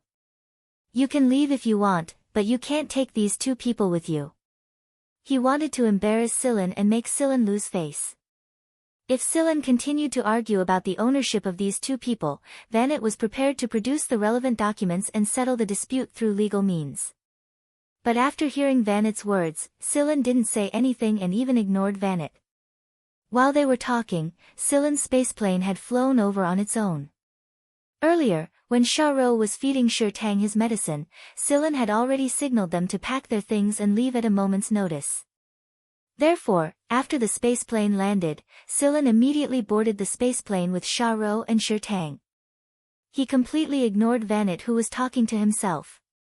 The people from Thousand Seas City had already arrived after receiving Vanit's order. However, there seemed to be a transparent energy barrier in front of them, and there were also hidden people who were creating obstacles for them. When they finally rushed to the front of the Low House, the aircraft had already flown away. The people in charge of intercepting in the air could not hold on at all. The control buttons were inexplicably malfunctioning, and they could not lock onto the target. Moreover, the defense network on the periphery of the planet was also frequently malfunctioning. When everything was finally restored, there was not even a trace of the aircraft. Bang! Inside a research base on a certain planet, Vanit was so angry that he smashed the screen in front of him. The glance Silan gave him before he left made Vanit feel like Silan was mocking and looking down on him. Boss! A guard wearing the Gleason family emblem opened the door and walked in. What is it? Vanit roared without looking back. Vanit was furious right now, and he was contacting some people to cause trouble for Silan. It would be best if they could destroy the spaceplane without anyone noticing. So what if Guan Feng was Guan Feng? He couldn't possibly go against the great Gleason family, could he? There was no way the Royal Academy of Sciences would pursue this matter too deeply just for a mere Silan. Young master is here. The guard who was calm a moment ago bit his tongue uncontrollably when he said this name. Vanit's hand paused for a moment. When he finally realized what this young master meant, his anger was replaced by a wave of anxiety. No one would be able to help but be afraid of that person. Vanit hurriedly put away his communicator and straightened his lab coat. He adjusted his expression and forced a smile as he walked out to greet the young master. Although he had already adjusted his expression, when he saw the person striding over from the other side of the tunnel, Vanit's face still stiffened. When he looked into that person's eyes, Vanit felt like he had been thrown into a glacier. The person was obviously shorter than him, but Vanit felt like he was the one being looked down upon. Why are you here? Before Vanit could finish, he was slapped in the face. He staggered a step back, and before he could stand up, another slap came. The two slaps directly slapped Vanit to the ground. Half of his face was already swollen, and a few of his teeth were broken. His mouth was full of blood. The person who slapped him stood in front of Vanit, looking down at Vanit, who was struggling to get up as if he was looking at a piece of trash. You mobilized your men to deal with Silan? Vanit stood up with difficulty. His vision was still a little blurry. After he finally recovered, he raised his trembling eyes and saw Gleason Dodge, whose eyes were filled with coldness and anger. Vanit couldn't help but shiver. Why was this guy so angry? In terms of blood relations, Vanit was Dodge's cousin, but Vanit had always been very humble in front of this cousin who was only in his teens. Everyone in the Gleason family knew how special Dodge was. This young man who looked like a kid had entered the center of the family's power at a very young age. This young man was personally trained by one of the 3 generals of the Empire's military, the old master of the Gleason family. His viciousness and abilities far surpassed his peers. Even some of the elders of the Gleason family had to think twice before talking to Dodge, not to mention Vannet, who hadn't officially become a member of the family yet. He definitely wouldn't dare to disobey Dodge, even if he was slapped twice in the face the moment they met. Vannet panicked when he saw Dodge's slightly narrowed eyes flash with killing intent. This killing intent was clearly directed at him, not Sillin. Why? Sillin is just lucky enough to become a member of the RAS because he has Guanfeng's support. Why should the Gleason family be afraid of him? Vannet tried his best to defend himself. The Gleason family couldn't afford to lose, and they couldn't afford to lose. Who else did they need to be afraid of other than the Emperor and the 3 kings? So what if they were from the RAS? Guanfeng's words weren't the law there, and there were plenty of people who didn't like Guanfeng. Dodge grabbed Vannet's neck. His hand wasn't big, but it was as hard as steel. Vannet couldn't break it no matter how hard he tried. If you didn't have some value, I would have removed your head from your body already. I'm telling you, I'll only say it once. Don't provoke Sillin. If I find out you're up to no good again, you and your subordinates will disappear. Dodge's voice wasn't loud, and it was very soft, but it was enough to make everyone's legs tremble uncontrollably. After that, Dodge tossed Vannet to the side and left with his men. Everyone in the research base lowered their heads when they saw Dodge. They were afraid that this young master would try to divert his anger. Go take care of things over there, in case Sillin decides to pursue the matter later. Dodge said to the person next to him after they came out. Yes. Then what about Sillin? I'll explain it to him myself. Dodge rubbed the space between his eyebrows. He couldn't help but get angry when he thought of what Vannet had done. Idiot. Guanfeng and the Gen family weren't the only ones supporting Sillin. There was also the power behind him. It wasn't just a secret weapon, it also meant that the Mist Bodhisattva Emperor had tacitly agreed to it. Cause trouble for Sillin? Did he have shit in his head? It was because Dodge was the old general's personal disciple that he knew some of the Empire's secrets.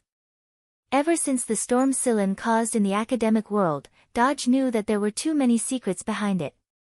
Sillin wasn't too surprised to receive Gleason Dodge's message.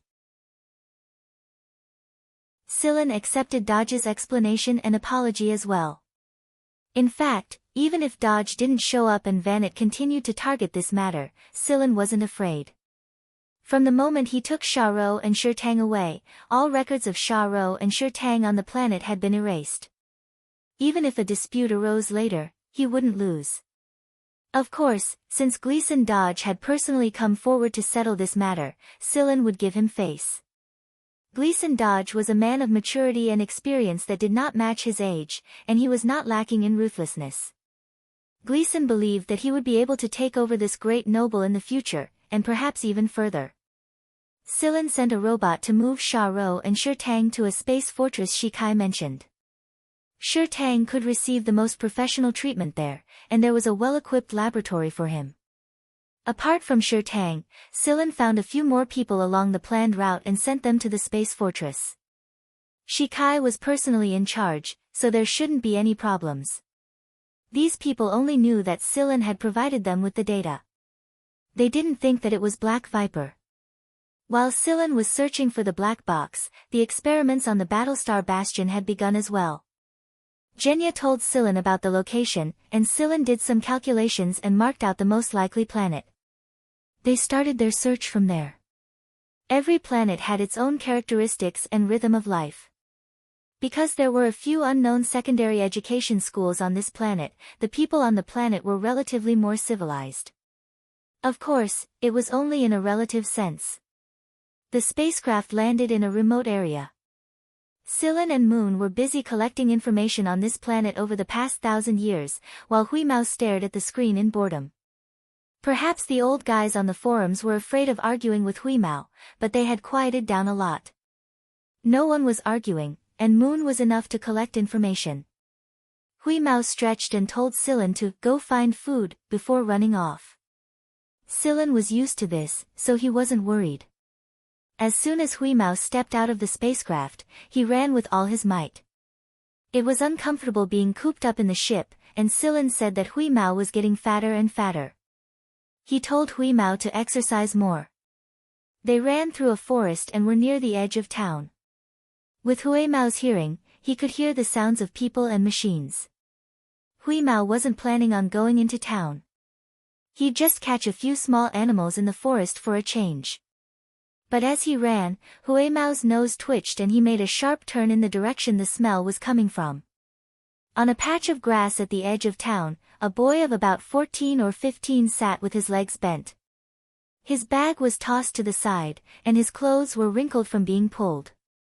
There were a few footprints on his clothes, and it was obvious he'd just gotten into a fight. At this moment, the young man was holding a light-heated lunchbox and eating the fish balls inside. This was his lunch. As he ate, the boy felt a weight on his wrist, and he found 2 fat cat paws on it. The fish ball on the fork fell because of this sudden movement, but it was swallowed by the cat's mouth before it fell to the ground. The boy maintained his previous action and stared at the fat cat that appeared without a sound. Was it because he was too engrossed in his thoughts and didn't pay attention to the movements around him? The boy stared at the cat, and the cat stared back at the boy with its round eyes, the fish balls in the lunchbox. "You want to eat?" Huimao nodded. "Isn't this nonsense? Why would I come here if I didn't want to eat?" The boy thought about it, and just when Huimao thought the person would hand him the lunchbox, he suddenly sped up and shoved a few fish balls into his mouth. Huimao, but before Huimao got mad, the boy placed the lunchbox in front of Huimao. There were 3 fish balls left inside. "This is my lunch. You can't let me starve, right?" the boy said while chewing the fish balls in his mouth. "That's more like it," Huimao muttered. Puff, the boy spat out the fish ball he was chewing in his mouth. "You can talk. This cat can talk. It should be a high-class breed. I heard that only rich people can afford to raise them." Huimao flicked his ears and ignored the boy's meaningless time-wasting question. He concentrated on eating the fish balls in the lunchbox. The boy wiped his mouth and observed the fat cat that was eating his lunch in front of him. There was no sign, no locator. How could he find the owner if the cat ran out? Was the locator implanted under the skin? After Huimao finished eating, he looked at the boy again. It was too little, just enough to fill the gap between his teeth. "No, that's all I have." The boy spread his hands, then lay down and looked at the sky with his arms as a pillow. "No more." Huimao licked his mouth, walked to the boy's bag, and lifted his paw to open it. "Hey, it's impolite to rummage through other people's bags." "What is polite?" Huimao continued to rummage. "The boy, intermediate school, curriculum." "Aha, you're skipping class." Huimao looked as if he had caught the boy's weak point and proudly wagged his tail. The boy curled his lips. "What is skipping class?" Huimao's whiskers trembled. This boy actually used this trick. He looked at the bag again. There was really nothing to eat. When he was about to leave, he saw the boy lying on the grass and began to weave a frog. This kind of straw frog was a little different from ordinary ones, with some extra skills. The youth turned over and laid on his stomach. Facing a tree not far away, he pressed the grass-knitted frog behind him. When he released it, the grass-knitted frog would jump high and rush towards the tree. After hitting the tree, the grass-knitted frog would bounce back and land right beside the youth's hand. This movement looked very familiar. The boy must have come here often to do this. Looking at the jumping straw frog, Huimao rubbed his paw. His paw was itchy. The boy pressed the straw frog that bounced back and let it continue to jump toward the tree. A fat figure appeared in the air and slapped the straw frog that was about to hit the tree. The boy's eyes twitched. This fat cat could actually jump so high. It was so fat, but it was still quite agile. Huimao bent his paw and pushed the straw frog towards the boy. The boy then continued to flick the frog and Hui Mao continued to slap it. Looking at the fat cat jumping around, the boy smiled. This cat definitely didn't know how much fat it was shaking when it jumped. After playing for a while, Hui Mao felt that it was no longer challenging and stopped playing. He hooked the straw frog with his paw and looked at the boy. This frog is pretty good. Of course, I've been playing this since I was young. I've also tried it. This grass is tough and has the best effect. The boy said proudly. What grass is this? What's its scientific name? Hui Mao continued to ask. The boy frowned. I don't know, why are you looking at me like that? Who would have the time to find out the scientific name of this weed? Hui Mao looked at the boy with disdain. You've been making it for fun since you were young. After playing for so many years, you don't even know its scientific name. The boy felt that the fat cat in front of him was not cute at all. Not cute at all. Humph. The boy got up and ignored Hui Mao. He patted the grass off his clothes and left with his bag. Hey, where are you going? Hui Mao followed behind him. It's none of your business. Aren't you afraid that your owner will worry about you running around? No. Aren't you afraid that I'll sell you? Sell me. Hui Mao didn't care. Pausing, the boy turned to look at Hui Mao. Why are you following me? I want to know where you bought your fish balls. I didn't buy them. I made them myself. The boy looked at Hui Mao, whose eyes were obviously lit up. Then, he turned and ran. Judging from the size of this cat, its appetite was definitely not a joke. Just like the ant next door said, why are people poor? They are all poor because they eat. It was definitely not a good thing to be pestered by this fat cat. The boy seemed to see the scene of the fish that he didn't stock up disappearing one by one. Fuck. The more he thought about it, the faster he ran. There weren't many people on the streets of the small town at this time. Even if someone saw the boy running like he was a ghost, they just shook their head and didn't say anything. Everyone knew that this kid was a good fighter, so they didn't have the time to care about him.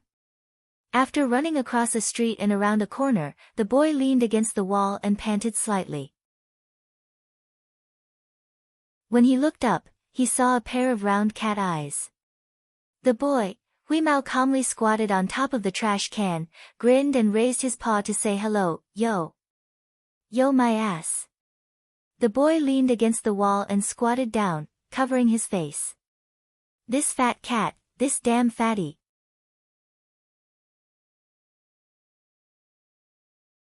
Chapter 317. Alright. Tell me, what do you want? The boy squatting on the ground looked at the gray cat without getting up. I'm going to your house for fish balls. Hui Mao's tone sounded like it was perfectly reasonable. The boy really wanted to shove the cat into the trash can. You want to freeload at my house? I'm sorry, but I'm poor. You'll have to pay if you really want to go, said the boy. Weeze's ears twitched when it heard that he had to pay. How much? Depends on how much you eat. I'll give you a discount. $1 for one fish ball. What do you think? Hui Mao compared the difference between the fish balls and the fish biscuits he'd eaten before and decided that it was a good deal. Fine. Someone will come and pay for it later. The boy looked at Hui Mao's determined expression and shook his head. He was probably waiting for the cat's owner to pay. He stood up helplessly and asked, "What's your name?" If no one came to pay at that time, they could just send out a notice and forget about it. My name is Hugh. Hui Mao was about to tell the boy his real name when he suddenly remembered that Silan had told him that he should keep a low profile now that he was a celebrity in the industry. Hui Mao paused for a moment before continuing, "My nickname is Wheeze." What about you? The boy glanced at the fat cat in front of him. A cat even has a nickname. I'm Tesoro. Tesoro grabbed his bag and walked back to his house. Hui Mao bounced along behind him. On the other side, Silan and Moon had collected some information and done a general scan of the planet. They did find some residue on the black box, but it was very small and was located near the town. They didn't find anything else. Silen finally managed to collect some of the residue, but it was so old that he could only gather limited information. The only thing he knew was that the black box wasn't on the planet. But Silen had a feeling that the planet would give him a key piece of information if he wanted to find the black box. As for what that key piece of information was, Silen hadn't figured it out yet. The time when these remnants left the black box is not fixed. Some are from 700 to 800 years ago, while others are from less than 100 years ago. Moreover, the amount was different. There was more residue from more than 700 years ago, but because the residue was too little, it was still uncertain what was going on. Oh, I also detected some extremely weak signals. I need time to further analyze the location. You sent the information to Silen and said. Silen rubbed his chin as he stared at the statistics displayed on the screen. Although he still couldn't understand why this was happening, it was a good sign to be able to detect the residue that had fallen off the black box. At the very least, it could be considered a clue. If he could find the black box, he could save more time. Otherwise, if he were to rely solely on those people's research, even if he could return to the League of Stars, he would be too old. Silen was deep in thought when he suddenly received a message from Huimao. Silen, someone invited me to eat fish balls. I won't go over for now. Based on Silen's understanding of Huimao, it wasn't easy to tell how trustworthy the word, invite, was. Not long after, Huimao sent him another message. You can come and pay for me when the time comes. 1 fish ball for 1 MB coin. Silen stared at the message on his communicator and thought, I knew it. I wonder which unlucky bastard Huimao is messing with me. After checking Weeza's current location, Silen decided to ignore it for the time being. He continued to process the data he obtained and analyze the residue further. Meanwhile, you and a few sampling robots went deeper into the black box to investigate the residue. Huimao followed Tesoro to a residential area. The houses here looked old and similar to Old Man Chang's, except that the average living space here was slightly larger and more spacious. Tesoro's 3-story house looked a little shabby from the outside. It looked like 3 old houses stacked on top of each other. Tesoro took out a key card, inserted it, pulled, but the door didn't open. He pulled again, but the door still didn't open. Bang! Tesoro kicked the door and pulled again. The door shook twice and opened. Huimao stared at the open door and sighed. I can't believe I kicked the door. But before Huimao could express his thoughts, a rotten smell hit Huimao's face and almost made him collapse on the floor. Hey, old man, did you lose control of your bowels? Tesoro shouted while covering his nose. Shut up. I'm making pickles. A hoarse voice came from the kitchen. The words weren't clear, and it sounded like the person was holding something in his mouth. Who still eats that stuff these days? Tesoro said disdainfully. A broken shoe flew at him. Go do the laundry. Tesoro calmly dodged the shoe. Didn't you say you'd fix the washing machine when you have time? I don't have time. Don't disturb my pickles. Also, treat your wounds after the fight. It'll be a waste of money if you get infected and have to go to the hospital again. Strangely enough, the person knew that Tesoro had fought without coming out to check. Got it. Go ahead and pickle the vegetables. Tesoro said impatiently as he headed upstairs. The kitchen door opened, and a rather unkempt middle-aged man with unkempt hair and an apron with suspicious yellow stains stood at the kitchen door. He had a cigarette in his mouth, so his words weren't very clear. The middle-aged man frowned when he saw Tesoro going upstairs. Why are you playing truant again? I'm paying you to go to school, not to play truant. Huh? Where did this fat cat come from? This meat can be sold for a lot of money. Go do your pickles. I'm going to use the kitchen later. Tesoro said without looking back. The middle-aged man sized up Huimao and snorted. He then went back to pickling. Huimao followed Tesoro upstairs to Tesoro's room. The room wasn't big, but it was clean and tidy. Unlike the man's usual style, everything was neatly arranged. After entering the room, Tesoro skillfully treated his wounds. They were only superficial wounds. His lungs and bones weren't hurt. Tesoro lay down on the bed right after he was done. Huimao couldn't help but ask, "How much longer do we have to wait?" "We have to wait for that old man to finish pickling his vegetables." "Do you want to eat fish balls with pickled vegetables?" Huimao shook his head hard. "Then let's wait. It won't be too long. I just need a nap." Tesoro closed his eyes and rested. He really didn't want to go to school. Those people wouldn't let him have a peaceful time. They would always find excuses to fight him. Fighting was one thing, but he hated it when people called him a bastard or a bastard. Tesoro couldn't help but beat them up. Besides, what did commoners like them need education for? Only those who wanted to be slaves to nobles would go to school.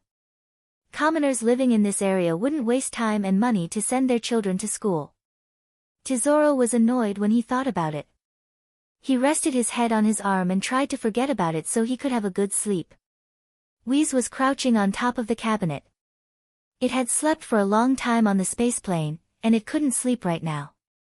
But it was also bored, so it went to Tesoro's room to look for something to play with and pass the time. Tesoro felt someone poking him in the face. Tesoro was usually on high alert when he was outside, but he would only relax when he was home. Tesoro's current state was that of being at home, so he didn't make any reflex attacks.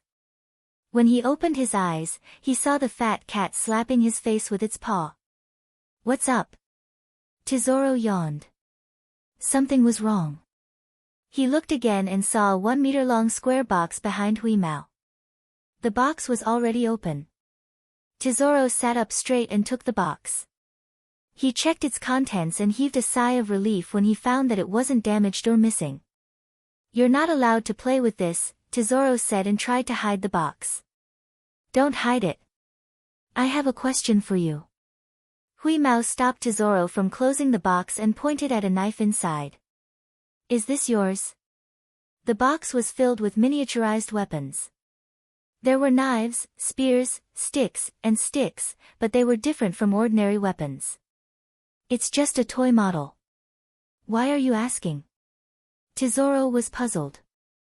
Huimao pointed at the khaki-colored folding knife again. "Did you buy it or was it a gift?" "None of your business." Tesoro snapped, but he sounded a little weak. Ignoring the fat cat, Tesoro closed the box and was about to hide it again when he paused and looked at Huimao. "Why are you interested in it?" "I can make one for you if you like it. But the price will be different." "Why would I want a model? It's not as good as a real knife." Huimao thought for a moment and said, "There's a scratch on your model." "A scratch?" Tesoro opened the box again. "Where?" Huimao pointed at a spot on the khaki-colored knife. "Here." "Oh, it's already here." Tesoro was relieved that Huimao was only pointing at a spot that looked like a scratch on the knife. Huimao pestered Tesoro with more questions about the model. Eventually, Tesoro was annoyed and told him that the model was made by his father as a toy when he was young. Tesoro lied to his father and told him that he had thrown them away, which made his father so angry that he beat him up. In fact, Tesoro had been hiding the model all this time. Tesoro hid the box and threatened Huimao not to tell anyone about it. If he did, he wouldn't give Huimao any fish balls. Huimao lowered his head and curled his tail in an arc. He slowly swung it back and forth. If Silan had seen Huimao's reaction, he would have known that the cat was plotting against him again. When Tesoro's sloppy father was finally done with the pickling, Tesoro took out the leftover fish balls he had made 2 days ago. He counted 10 fish balls, put them on a plate, and handed them to Huimao, who was squatting next to the table. It was almost dinner time. Tesoro made some simple preparations for dinner and put it on the table. His father was already sitting calmly with his legs crossed, waiting for dinner. At dinner time, Huimao was eating his 3rd plate of fish balls. Every now and then, Huimao would poke Tesoro's sloppy father. Although the pickling was done, the man still smelled sour and rotten. But that wasn't what Hui Mao was paying attention to. While Hui Mao was poking Tesoro's sloppy father, both Tesoro and his father were staring at Hui Mao. They didn't expect such a small cat to eat so much. What kind of stomach did he have? What are you looking at, little fat cat? Keep staring and I'll sell you, said the sloppy father as he picked his teeth. After finishing the last fish ball on his plate, Hui Mao licked his paws and wiped his mouth. He then looked at his father. Were you a soldier? The man who was picking his teeth absent-mindedly paused and narrowed his eyes. Although there was still a hint of a smile on his face, Tesoro knew that his father's knife was about to reach out to him. Ignoring Tesoro's look, Hui Mao continued licking his paws. You know Tu Ba. Xing, 5 knife-like fingers pressed against Hui Mao. Those were the special bones on Tesoro's father's fingers. He was a half-mutant. Tesoro, on the other hand, had a quarter of mutant blood in him. This was why many people thought that Tesoro was dirty. Whenever mutants were involved, people would look down on them and they would have to endure hostility and ostracism. It only took a moment for the 5 special bones to press against Hui Mao's round head. It was clear that this man wasn't as sloppy as he looked. Right now, the man's eyes were filled with murderous intent, as if he would kill Hui Mao again if he said anything.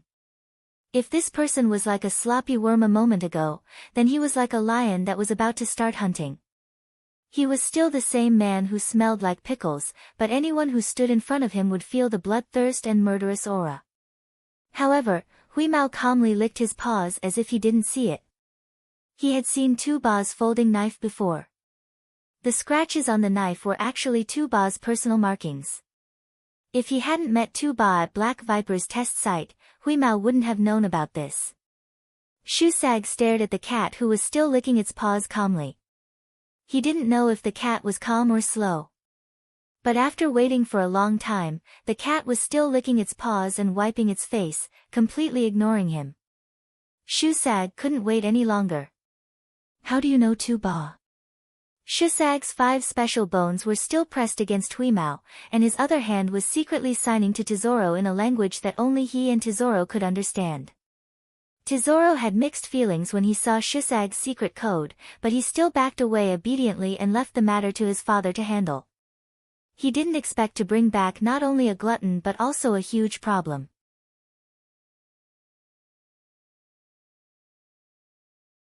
Chapter 318. Hui Mao licked his paws. The man in front of him must know Tu Ba, and they should be on good terms. But why was he reacting so strongly? Are you Tu Ba's comrades in arms? Hui Mao cocked his head at Tu Ba as if he couldn't sense Tu Ba's hostility. Shu Sag didn't say anything. What happened back then was too much of a blow for him to handle, so he didn't dare say anything before he got to the bottom of things. Fine, another question. Hui Mao's tail twitched as he pondered what to ask. There were some things he couldn't say, but he had to get to the bottom of this man's background. Hui Mao didn't plan on contacting Silin. He wanted to get to the bottom of this on his own. Silin and Moon proved that he was a thoughtful cat. I know Tu Ba. We were teammates before. But that kid isn't strong enough. He's barely holding us back. Weeza's words caused Shu Sag's face to twitch abruptly. Tu Ba isn't strong enough. Who are you kidding? Back in the day, Tu Ba was the only person in the company who could hold his own for a while. Plus, after so many years, Shu Sag knew that Tu Ba could only be stronger than he was now. Shu Sag carefully observed Hui Mao's eyes as he spoke and moved his finger knife away. How is he now? Don't you know that Tu Ba was sent to the Imperial prison? Prison? How? Shu Sag couldn't believe it. I think, he was sent to the Imperial prison for treason, and it's a life sentence. Hui Mao didn't say anything about Black Viper. The man in front of him wouldn't contact Tu Ba anyway. Plus, he was telling the truth. If Tu Ba hadn't been dragged into Black Viper, he would still be in the Imperial prison. Bang! Shusag's finger knife sliced the table into several pieces. Shusag slowly took out a cigarette with his non-specialized hand. His hand was shaking uncontrollably. One could only imagine how intense a person like him must be feeling right now. When did that happen? Shusag's voice was hoarse and suppressed. It should be 3 years ago. Hui Mao recalled the information he overheard Silan and the others talking about Tu Ba. He said with certainty, yes, he was imprisoned in the Empire's high-security prison 3 years ago. Shusag sat in his chair, his body radiating an aura of melancholy and dejection. His eyes were bloodshot, but Shusag couldn't tell if he was angry or feeling sorry for Tu Ba. At the very least, Hui Mao couldn't understand what was going on. Human emotions were too complicated, and Hui Mao couldn't tell them apart. Just then, the doorbell rang. Shusag didn't move. Tesoro glanced at his father, who wasn't paying attention at all. Then, he glanced at Hui Mao, who was licking his paw as if nothing had happened. Tesoro walked to the door helplessly. Opening the door of their house required skill. A couple of kicks later, Tesoro pulled the door open. It was none other than Silan. Before Tesoro could say anything, Hui Mao yelled, "Why are you here so soon?" Silan smiled apologetically at the puzzled and wary Tesoro and said, "I'm sorry for the trouble he caused." Tesoro nodded. It looked like this person was the owner of the fat cat. Entering the house, Silan sensed the strange atmosphere. Shusag, who was sitting there smoking, still had one of his hands in his specialized form. The blade of his finger bone was chilling. Tesoro had been observing Silan's reaction ever since he entered the room. To his surprise, however, Silan didn't show much of a reaction to his father's finger blades. Tesoro immediately felt a lot more at ease. After all, mutants were the most ostracized and discriminated against. Even if you weren't a pure mutant, as long as you had a mutant bloodline, you were still considered lowly. Silan looked at Hui Mao and asked him what was going on. Hui Mao explained it to Silan in robotic language, looking smug and eager for praise. "Good job." Silan rubbed Hui Mao's round head. Although Hui Mao was a little reckless, it didn't matter. Silan could handle it. Shusag's file on this planet was simple as a normal resident. But Silan knew that Shusag had disguised his information. His real information wouldn't be recorded in the resident's HR system.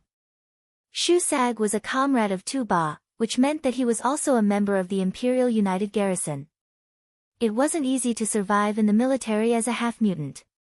"I'd like to know something about Tu Ba," Shusag finally said from his chair. Celine pulled a chair over. "I'm not too sure myself. All I know is that he was sent to the highest security prison of the Empire for treason. He was sentenced to life imprisonment, and he had only recently been promoted to the rank of first lieutenant." "Lieutenant? That kid's better than me." Shusag rubbed his reddened eyes and looked down. "You guys can go." Silan didn't linger. He grabbed Hui Mao, said goodbye to Tesoro, and left.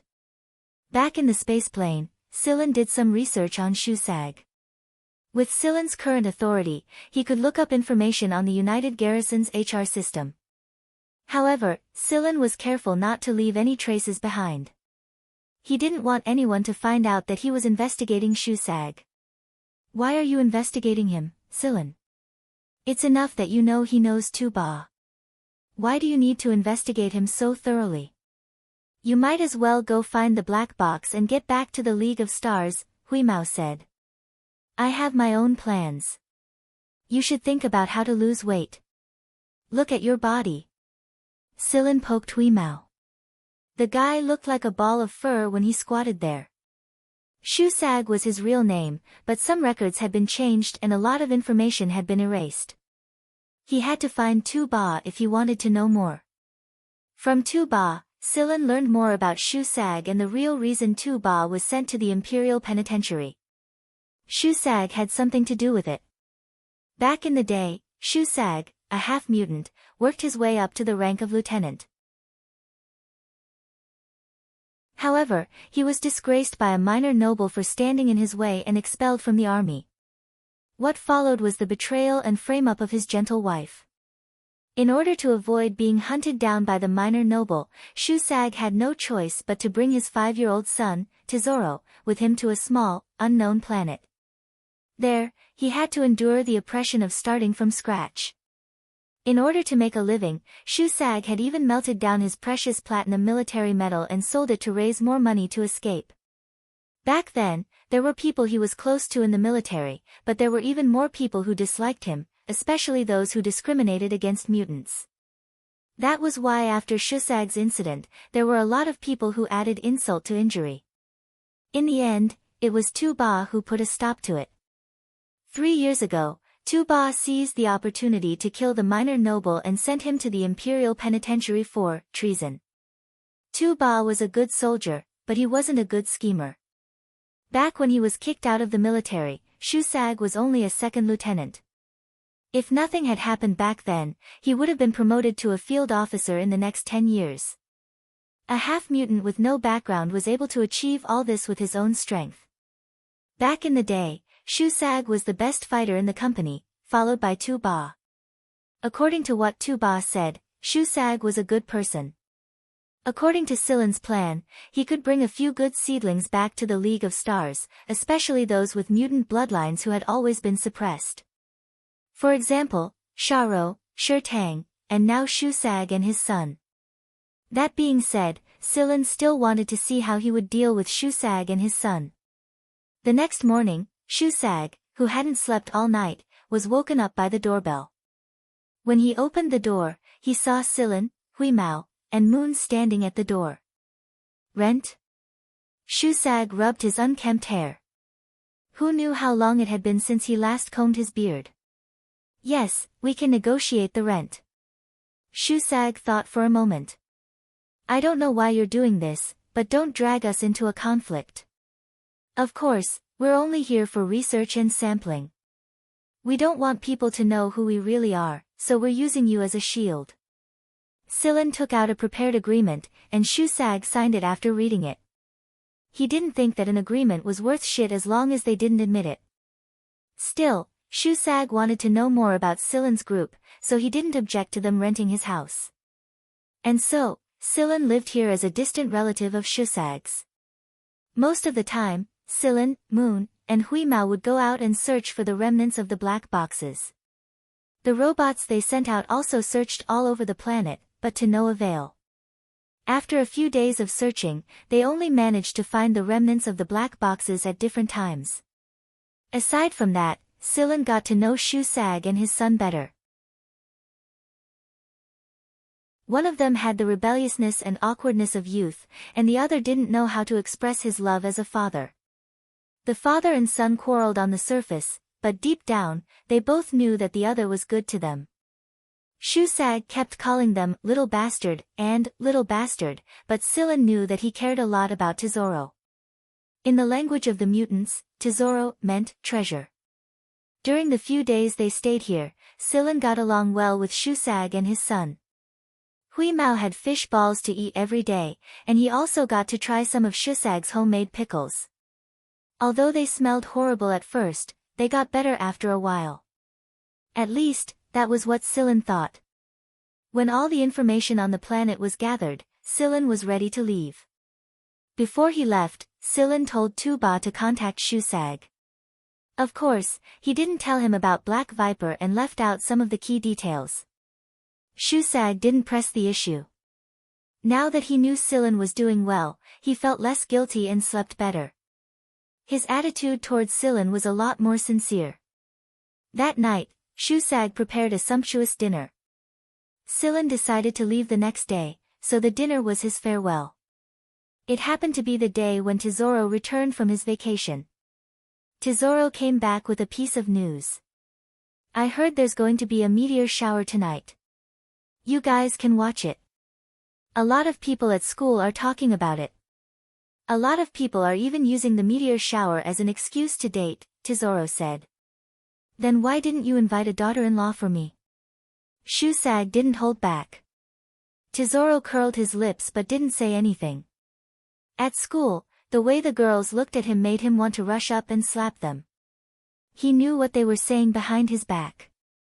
Once, when he skipped class to sleep by the flower bed, he heard them talking behind his back. Tesoro remembered very clearly that those people had said that even his blood was dirty. Because of Tesoro's notoriety, some people didn't dare say it to his face, but they did whisper behind his back. Tesoro had long since lost all hope in his so-called schoolmates. He had always been a lone ranger at school. Realizing something, Shusag stopped asking questions.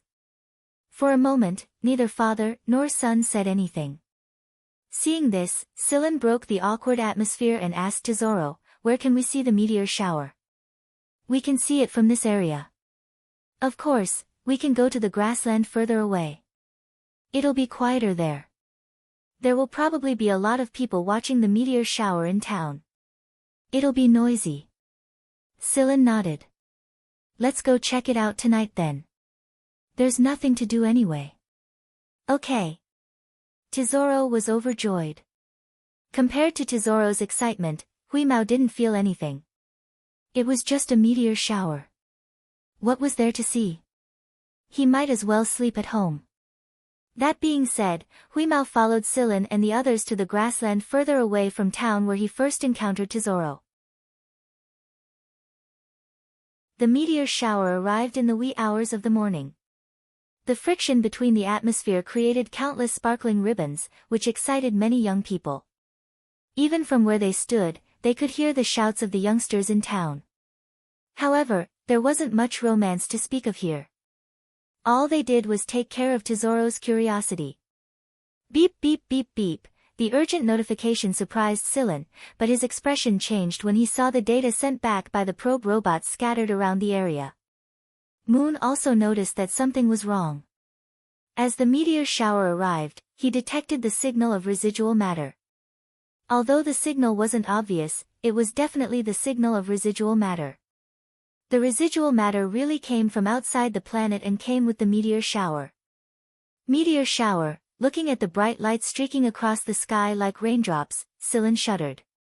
He turned to Huimao, who was yawning, and Moon, who was counting the signal points, and said, "Check the comets orbiting this star region."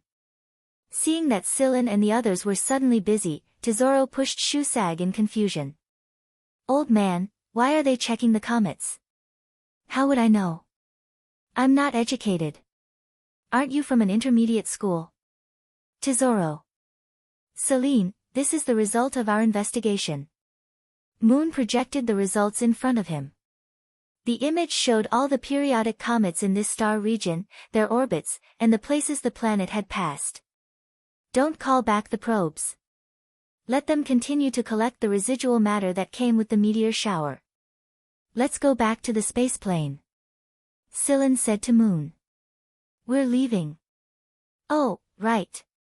Sillin paused and looked back at the father and son. "Maybe I'll contact you again soon. Don't move." After that, Sillin turned around and ran to the spaceplane parked in the woods with Moon and Huimao. The fundamental cause of these meteor showers was the comet's fragmentation, and the leftover material might have come from the comet's debris. If everything was as Sillin had guessed, then the black box might very well be on the comet's orbit.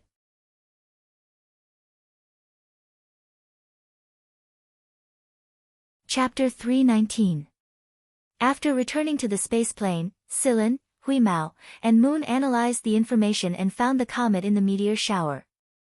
Then, Sillin sent out several trackers to track the comet to see if there was any signal from the black box. Sillin did some calculations. The location and time when Genya encountered the unstable wormhole happened to be very close to the target comet. Perhaps for some reason, the black box on the comet reacted and triggered a wormhole that led to the League of Stars.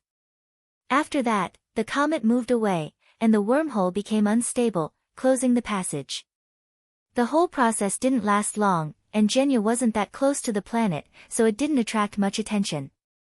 According to the information Sillin had gathered, although some people had noticed an abnormal energy and spatial fluctuation at a place a certain distance away from the planet, the signal and communication equipment had been disrupted at the time, and it hadn't lasted for a long time.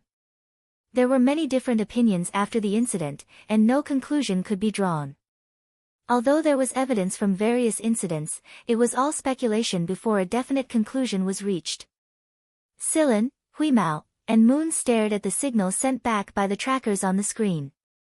The trackers were getting closer and closer to the comet, and when the light dot that represented the signal intensity on the screen grew brighter and brighter, Sillin knew his speculation was confirmed. It's really there. Moon was so happy that he spun in circles like a top. Just like Sigma, they liked to swing their arms when they were happy. Hurry up and find it. We can go back when we find it, right, Sillin? Huimao looked at Sillin expectantly. I think so. Let's see what's going on with the black box first. Sillin was calmer than the others, but he was also excited. Although he had made some preparations, finding the black box would save him a lot of time. From the analysis of the trackers, he could see the general location of the black box on the comet, but it would take a lot of effort to get it out. Sillin was going to contact Shikai and ask him to send a robot to solve the problem, but Moon stopped him. He wanted to get the black box himself. Perhaps Moon no longer trusted the Shi family the most. He was afraid that the Shi family would do something to harm him and Sigma, such as tossing the black box into a research lab. Although Moon and the other Origin robots looked ancient, they were made of the best materials available. Plus, Moon had upgraded himself several times before he sent Moon to retrieve the black box from the comet. That was why Sillin decided to send Moon to retrieve the black box. Moon was very satisfied with Sillin's behavior because Sillin's first concern was his safety, not whether he could take out the black box. Seeing that Yu was going to help, Huimao also expressed his willingness to help. The black box was too important for Huimao, and he was tired of living in the Mist Bodhisattva Empire. Everything he did was restricted, and although he was a bit more lenient when it came to foreign beasts, he wasn't as free as he was when he was a hunter regiment. After all, this wasn't his territory. Not even Huimao would feel at ease if he sent another robot to retrieve the black box from the comet. To him, no robot was better than himself and Moon. There were a lot of floating debris in space when they approached the comet's orbit. Sillin first cleared away these obstacles and then found the safest time to release Whis and Moon out of the comet. They were robots after all, so they weren't as restricted by the same conditions as humans. Huimao grabbed Moon and had him take it to the comet. Moon knew the black box better than Moon, so he knew how to remove it from the dirty shueqiu without damaging it. Huimao assisted him from the side. As for Sillin, Sillin stayed on the spaceplane to provide some extra support. If anything happened on the comet, Sillin would teleport them back to the comet using fixed-point teleportation. Even if the comet's environment wasn't suitable for fixed-point teleportation, he would still do his best to ensure the accuracy of the teleportation. Sillin had made a lot of preparations, but to his surprise, the process of removing the black box from the comet was smoother than expected. Moon had done everything perfectly, and he had even considered some of the details beforehand. Just as Chip had said, Moon was the smartest among the 5 robots. He was also the one who knew how to play dumb the most. The black box wasn't as big as Sillin thought. It was only 2 meters long, but it contained the crystallization of the Shi family's wisdom at its peak. After being buried for nearly 1,000 years, the mysterious and extraordinary look on the surface of the black box made everyone who saw it feel an inexplicable excitement. Some peripherals were needed to activate the black box, and these could all be prepared according to the black box. Sillin wasn't worried.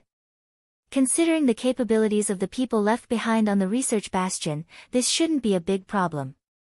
Carefully packing the black box, Huimao didn't even log on to the forum. Instead, he squatted next to Moon, fearing that something might go wrong. Seeing Huimao like this, Sillin smiled. It seemed that the robot was eager to return. No wonder we couldn't find it. It was on the comet. It's been orbiting the comet. It's no longer where it used to be, Moon said.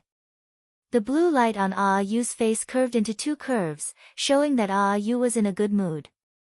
Sillin nodded when he heard Moon's words. It was a matter of luck. Those people wouldn't have thought that the black box was on the comet, would they? Otherwise, they wouldn't have been able to find it. Silen was thankful that the black box was on a periodic comet, not a non-periodic one. Otherwise, he wouldn't have known where to start looking. When Shikai learned that Silen had found the black box, he felt conflicted. On one hand, he was happy that he'd found it. After all, he'd be able to see what the Shi family's original home looked like. He'd also be able to meet the mysterious original robot, Sigma. On the other hand, he felt helpless. How did Silen find it so quickly? Didn't the Shi family send people to look for it? Was this another way of saying that the Shi family weren't as good as Silen? Now it was obvious that Moon was closer to Silen and distant from the Shi family. This made Shikai's heart sour. Though his thoughts were conflicted, he knew what he needed to do. Silen had already told him about the resources he needed in advance. The researchers who stayed in the space fortress were easier to control. They weren't as scheming as Silen had suggested. After Silen delivered the black box, the researchers got to work under Moon's direction. Seeing how familiar Moon was with the black box, Silen knew that he hadn't been telling the truth. Perhaps he didn't know everything about the technology, but he knew far more than anyone else. It wasn't like he said he didn't know anything. This little fellow's guard was quite heavy. But it was understandable. If it weren't for that, Moon would have been sent to the lab and become a second chip. The researchers, including Shi Tang, were very excited. Being able to participate in this project and understand this technology was a great gift to them. These people almost worked day and night to prepare and process the peripherals under the guidance of a Yu. But every once in a while, a Yu would ask them to stop and rest. After all, these people were not robots, and there was a limit to their energy. Celine watched the entire process from the side. Sometimes, he would join in and help out. Through this process, he learned a lot about this technology. In his heart, Celine was also planning when he would have the opportunity to create a second black box. However, this was not something he could easily do alone. When the peripherals were finished, Celine had a chat with Moon. All that was left to do was debug and check. Moon was the only one who could do this. He had set up a very complicated password for the black box. There were a few things Celine needed to take care of before he returned to the League of Stars. Also, Huimao had been eyeing the fish biscuits produced in the Mist Bodhisattva Empire, and he had to bring gifts to Xueqiu and the Miantuan. Moon didn't mind. He waved a hand and told Celine and Huimao to get to work. No one would be able to activate the black box in advance with him around. When he said this, Yu deliberately looked at Shikai next to him. Shikai felt like he was stuck on a fishbone. After Celine and the others left, he returned to the Shi family's electronic planet and chatted with Chip for the entire day. It was true that not every origin robot was as easy to talk to as Chip. Shikai needed Chip to teach him how to get along with the origin robot better. What if Sigma ignored him, a true descendant of the Shi family, just like Moon did? His ancestors would probably kill him in his dreams if that happened. Celine actually had a lot of things to do right now: AF1's classes, the RAS project, Guanfeng's project, and the problems he had to deal with as one of the 3 people in charge of Black Viper. However, these weren't the most important things to Celine right now. He could apply to suspend AF1's classes, and there were plenty of people willing to take over the RAS project. Guanfeng wouldn't be affected too much even without him. As for Black Viper, he could let it go for a while. In the past, Guanfeng had always been a hands-off boss. Right now, Celine's top priority was to talk to Genya. When Celine arrived at the courtyard next to the artificial sea, Genya was sitting on a recliner under a tree. "Master." Celine stood beside the deck chair and said softly. Genya opened his eyes. He wasn't smiling like he used to when he saw Celine. Although he was smiling now, Celine sensed a hint of melancholy in Genya's eyes. Genya's health had been improving ever since he returned to the Gen family. Just like Genya said, the Fuji tree had some sort of healing effect on the Gen family. Right now, Genya still looked old on the outside, but his bodily functions were almost the same as a middle-aged man's. The only difference was that Genya had gone through so much and experienced so much. "Have you found a way to return?" Genya asked. Judging from his calm tone, Silen knew that Genya was mentally prepared for this. Silen nodded. "Yes." Genya let out a long sigh. "Silen, there's something I'd like to talk to you about in private." What he meant was that he didn't want anyone around him, not even Hui Mao. Hui Mao had already gone off to chat with Blue Skin. After all, he wouldn't be back for a long time after he left. The guards around the yard were sent away, and Silen soundproofed the area. Although they were still here, no one could hear their conversation from 2 meters away. It was impossible to guess what they were talking about based on the movement of their lips. After everything was done, Silen stood there quietly and waited for Genya to continue. Ever since Silen could understand things, he knew that his master wasn't happy at all. Hina said that it was because Genya was missing someone. Later, when Silen received the ring with the curly leaf pattern, he thought that Genya was like that because he missed the Gen family of the Mist Bodhisattva Empire. But after returning to the Gen family, Silen realized that wasn't entirely the case. Silen didn't know who Genya was missing, and he didn't ask about it. Knowing Genya's temper, it was impossible to pry the answer out of him if he didn't want to tell anyone. After a long period of silence, Genya finally spoke. "I've been thinking about it since the last time you came to ask me those questions." Genya said slowly, "I left behind a log book in the League of Stars, but I didn't carry it with me later on. It's a record of my daily life in the League of Stars, and I left it somewhere before I left for planet Brown Earth." Genya had created a partial star map, and it was necessary to compare it with the League of Stars' star map in order to find the place. However, the League of Stars wasn't the Mist Bodhisattva Empire, and the League of Stars didn't have a complete star map. "Go there and find a man named Hara. Tell him to take back the things I left with him, and he'll give you the record book." "Which sector of the League of Stars does this place belong to?" Silen asked while pointing at the partial star map. "Sector S." Silen was astonished. He didn't think that Genya had been to Sector S before. But how did he get in and out of a place like that safely? Or was it just luck? Genya didn't explain too much. He simply said, "The key to open the log book is the ring on your finger. If anyone tries to open the log book by force, it will self-destruct. From what I know of Hara, he should have kept the log book very well. Once you find the log book, you'll know everything about me. There's a special record of 2 people in the log book. If you meet them, please give this to them." Genya took out a box with a necklace and a badge inside. The necklace was a woman's style, and the green gemstone embedded on it was exquisite and pure. It looked like it contained a lot of life, and it was much better than the green pearls Silen had found back then. There was a pattern on the gemstone, and it was the emblem of the Fuji royal family's Gen family. However, the pattern on it was slightly different from the emblem worn by most members of the Gen family. It was an emblem only worn by members of the royal family or those who were extremely close to them. The badge was similar to the one worn by Gen Xingming's father, the current King Fuji. It was a very good proof of identity in itself. Silen had always thought that only the children of the current King Fuji like Gen Xingming and Gen Xingming would have such proof of identity. He didn't think that there would be another. Seeing through Silen's thoughts, Genya explained, "My royal brother purposely left this extra badge for me back then. He gave it to me after I returned." Genya only explained half of it. The hidden meaning behind his explanation was that Genya would give this badge to his son or daughter as well. Genya actually has a wife and child in the League of Stars. Silen looked at Genya. He still had a lot of questions, but Genya's, "Don't ask me, I don't want to say anything," look didn't come out of his mouth. He would know everything once he found the log book.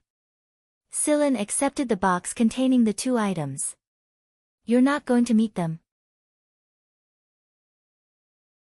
Genya lowered his eyes and didn't say anything.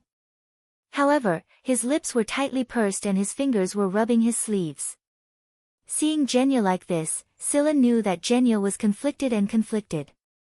He said, "If possible, I'll see if I can bring them to reunite with you." "The possibility is very small," Genya said in a low voice.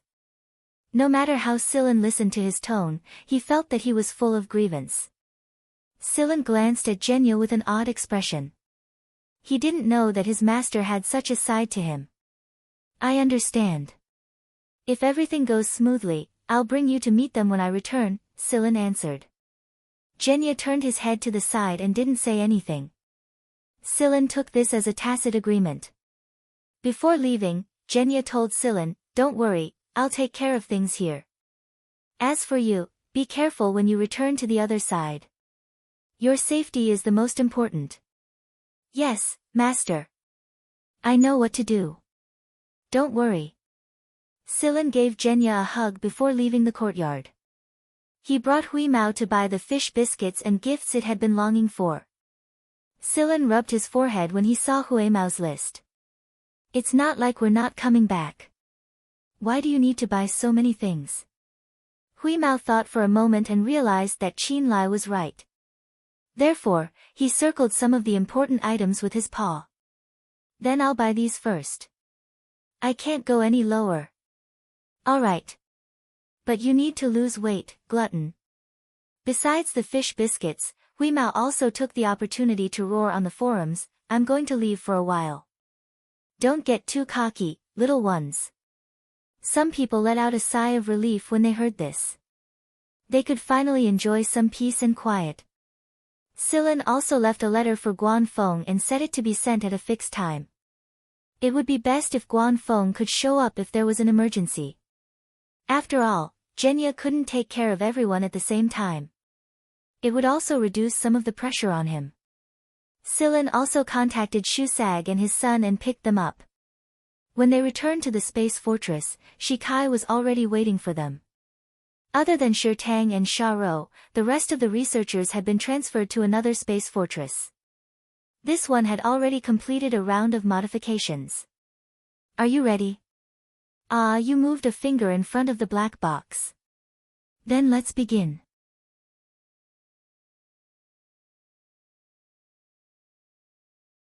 Chapter 320. Moon activated the black box, and with the help of the peripherals, a vortex began to form in front of the bastion. The edges of the vortex were dotted with nebulae, but the center of the vortex was pitch black. As the vortex grew larger and larger, the bastion looked like an ant in the face of it. The area they'd chosen was remote, with no habitable planets nearby.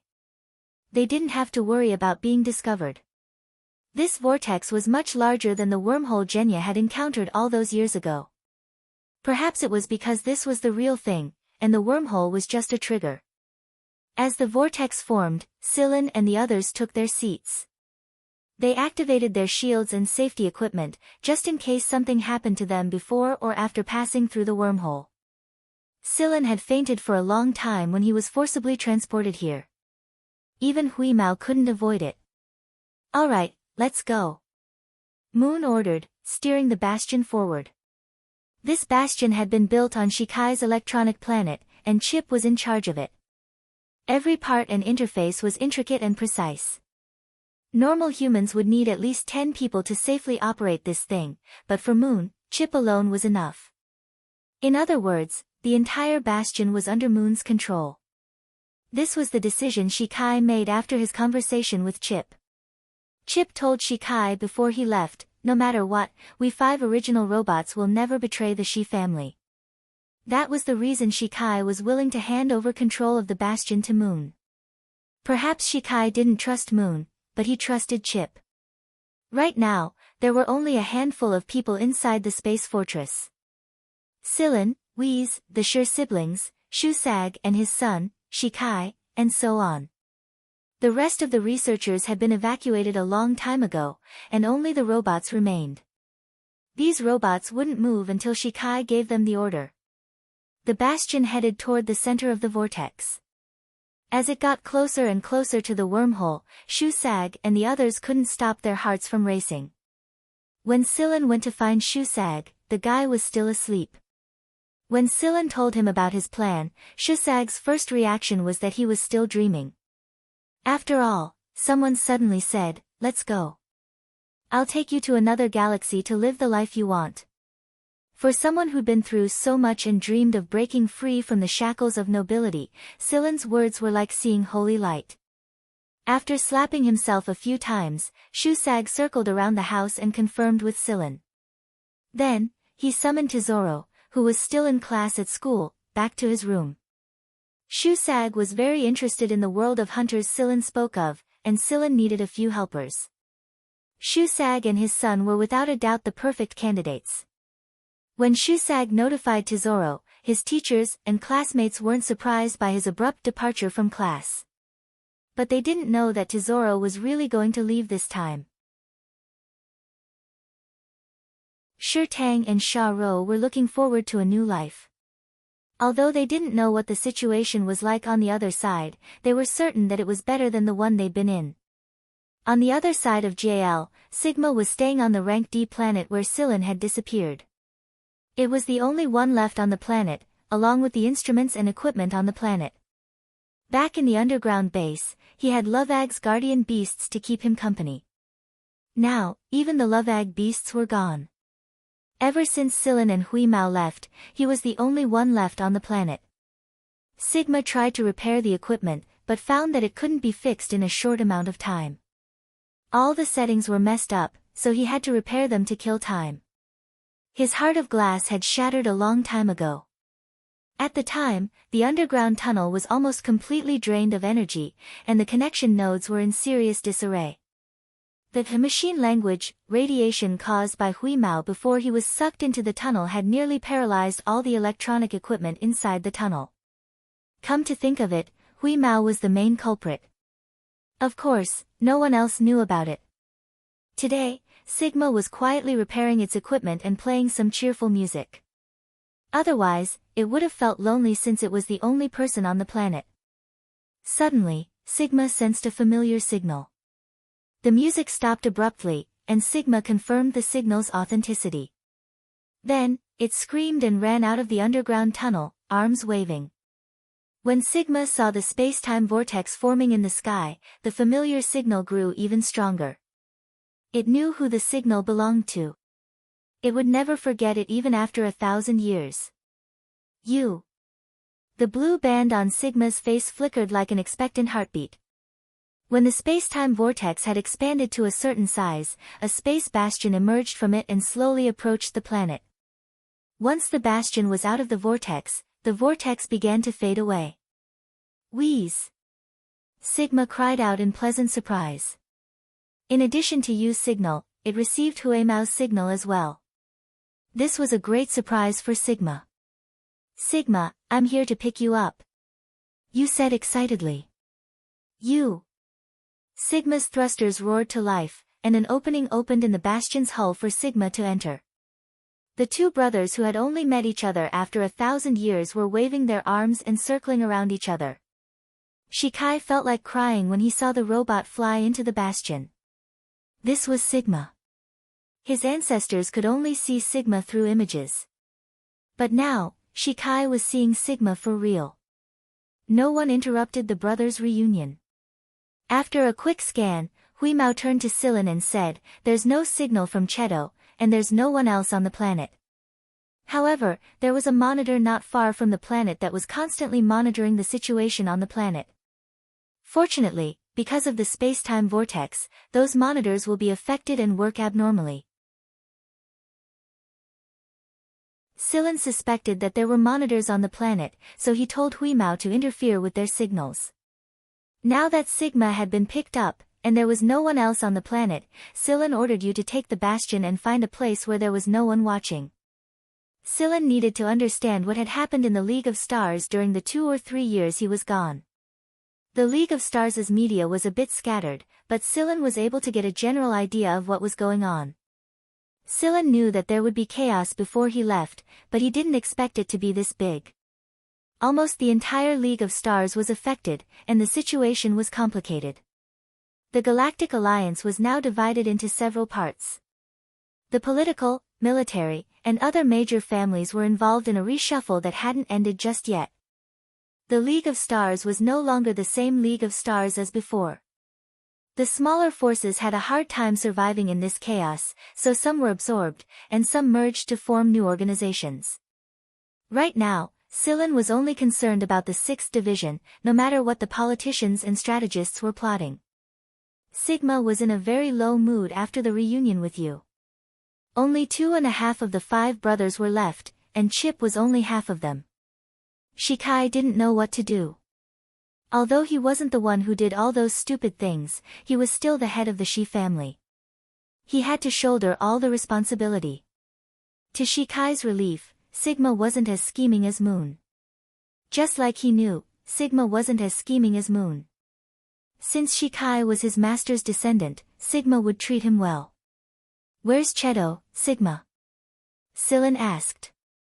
Shikai and the others were carrying the translation device Silen made, so they could understand the language Silen was using right now. Sigma's mood dropped even further when the topic was brought up.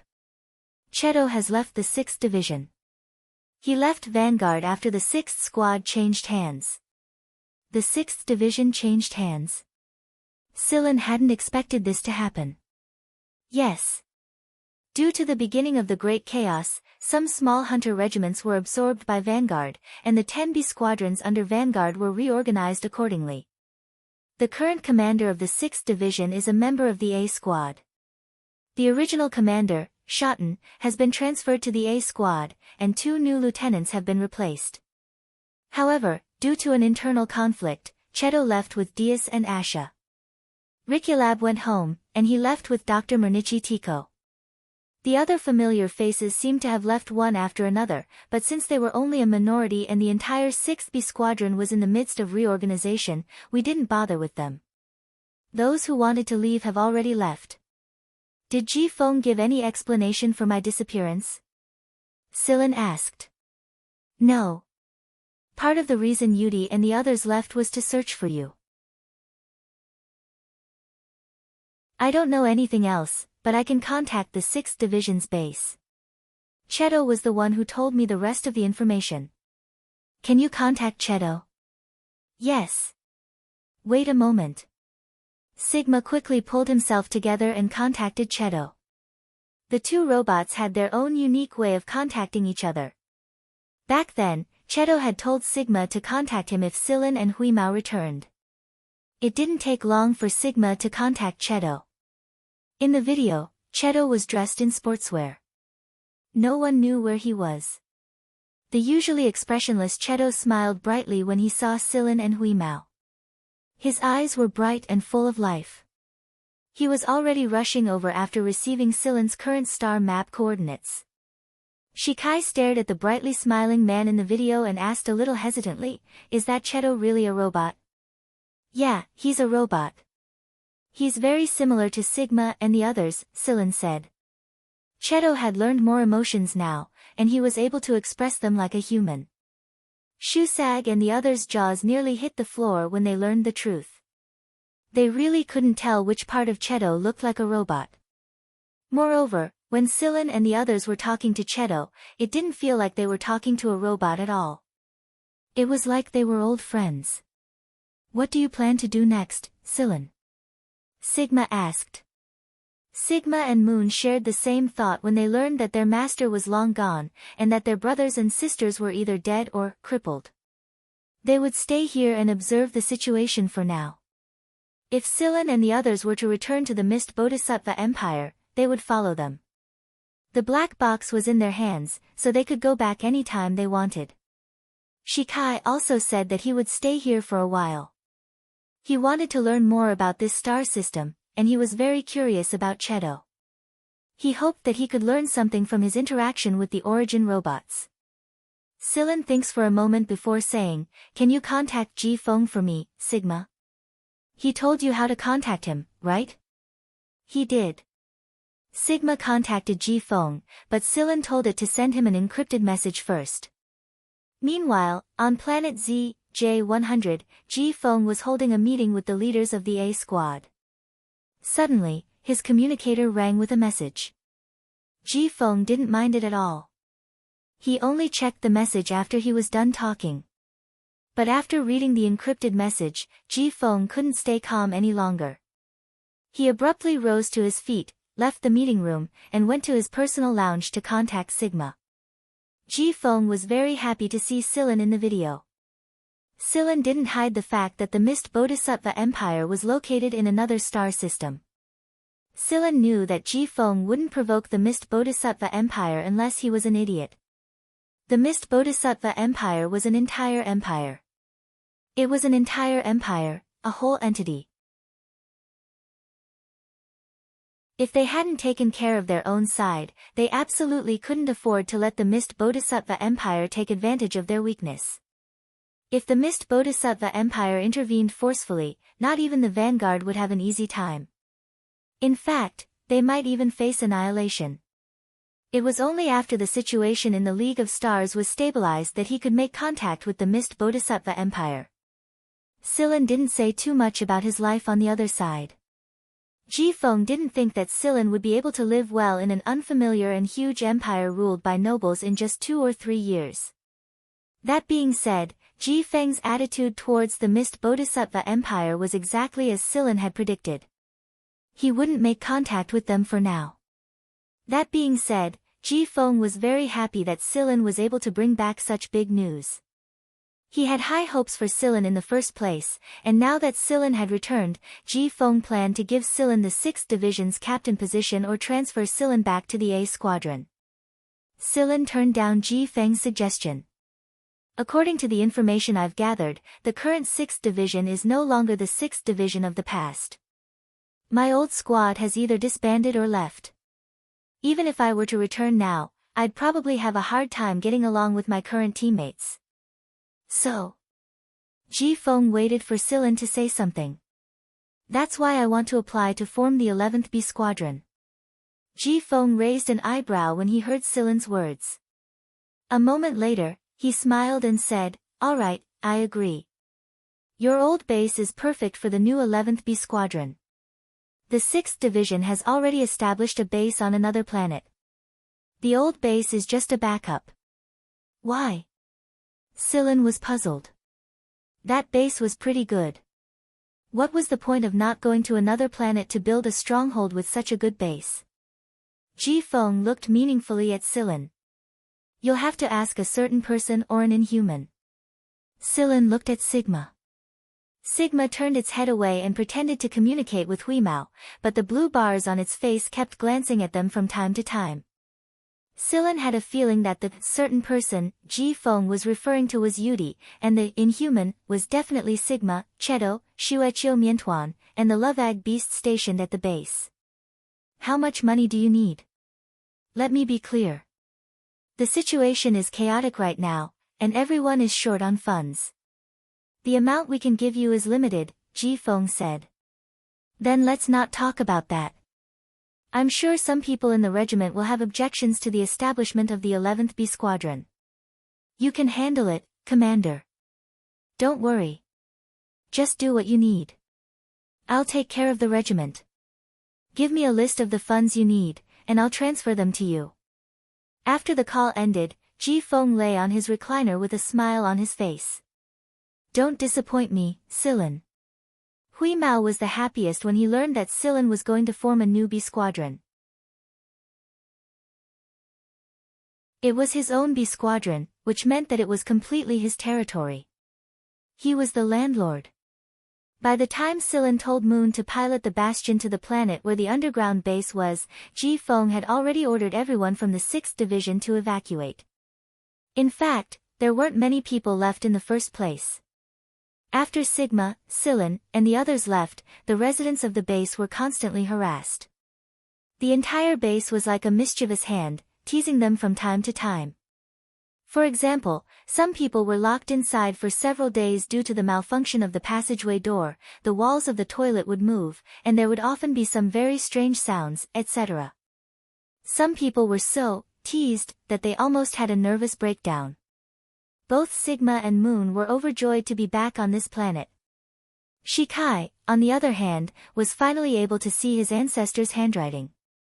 Hui Mao was so happy that he ran around and played with the love egg beasts who came out to greet him. So this is a new life. Shusag spread his arms and looked forward to the coming days. Then, he glanced at his son, who was staring at everything around him with glowing eyes, and slapped the back of Tesoro's head. What are you thinking about? Oddly enough, Tesoro didn't respond to Shusag's slap. He simply stared at the base rising from the ground. After a long time, Tesoro finally spoke up, I can fly a fighter too, can't I? Shusag chuckled and slapped the back of Tesoro's head again. You're still too young. You're not even as good as Sharo. Tesoro was about to retort when Sillin turned to them and said, go pick a room. This little guy will take you there. Yeah, a little loag beast hopping around Sillin waved its pincer legs and called out to Shusag and the others to catch up to it. While Sillin, Moon, Sigma, and Shikai were setting up the base, a spaceplane flew toward them.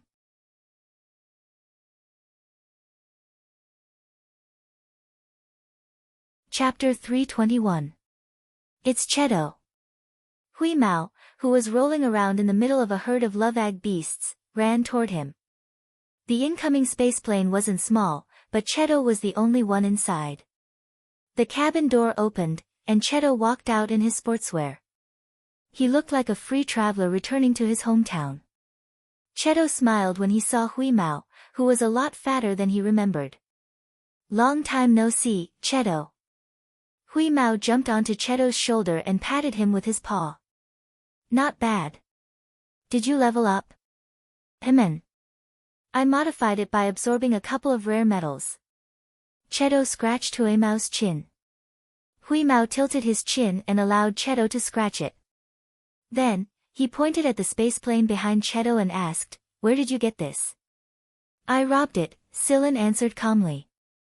Cheto was driving a small spaceplane when he left the 6th Division, but he ran into some well-equipped robbers along the way. That was why he robbed them without hesitation. Oh right, this is for you. Cheto took off the ring on his finger. It was the ring Hui Mao and Sillin had given him before they left. It was the one he got from Osculos. No need. Sillin said he'd keep this for you. Meow meow. At first, Hui Mao was going to give the subspace ring to Cheto. He often traveled with Sillin, so he could just use Sillin's ring. However, Hui Mao's tongue twitched when he saw it.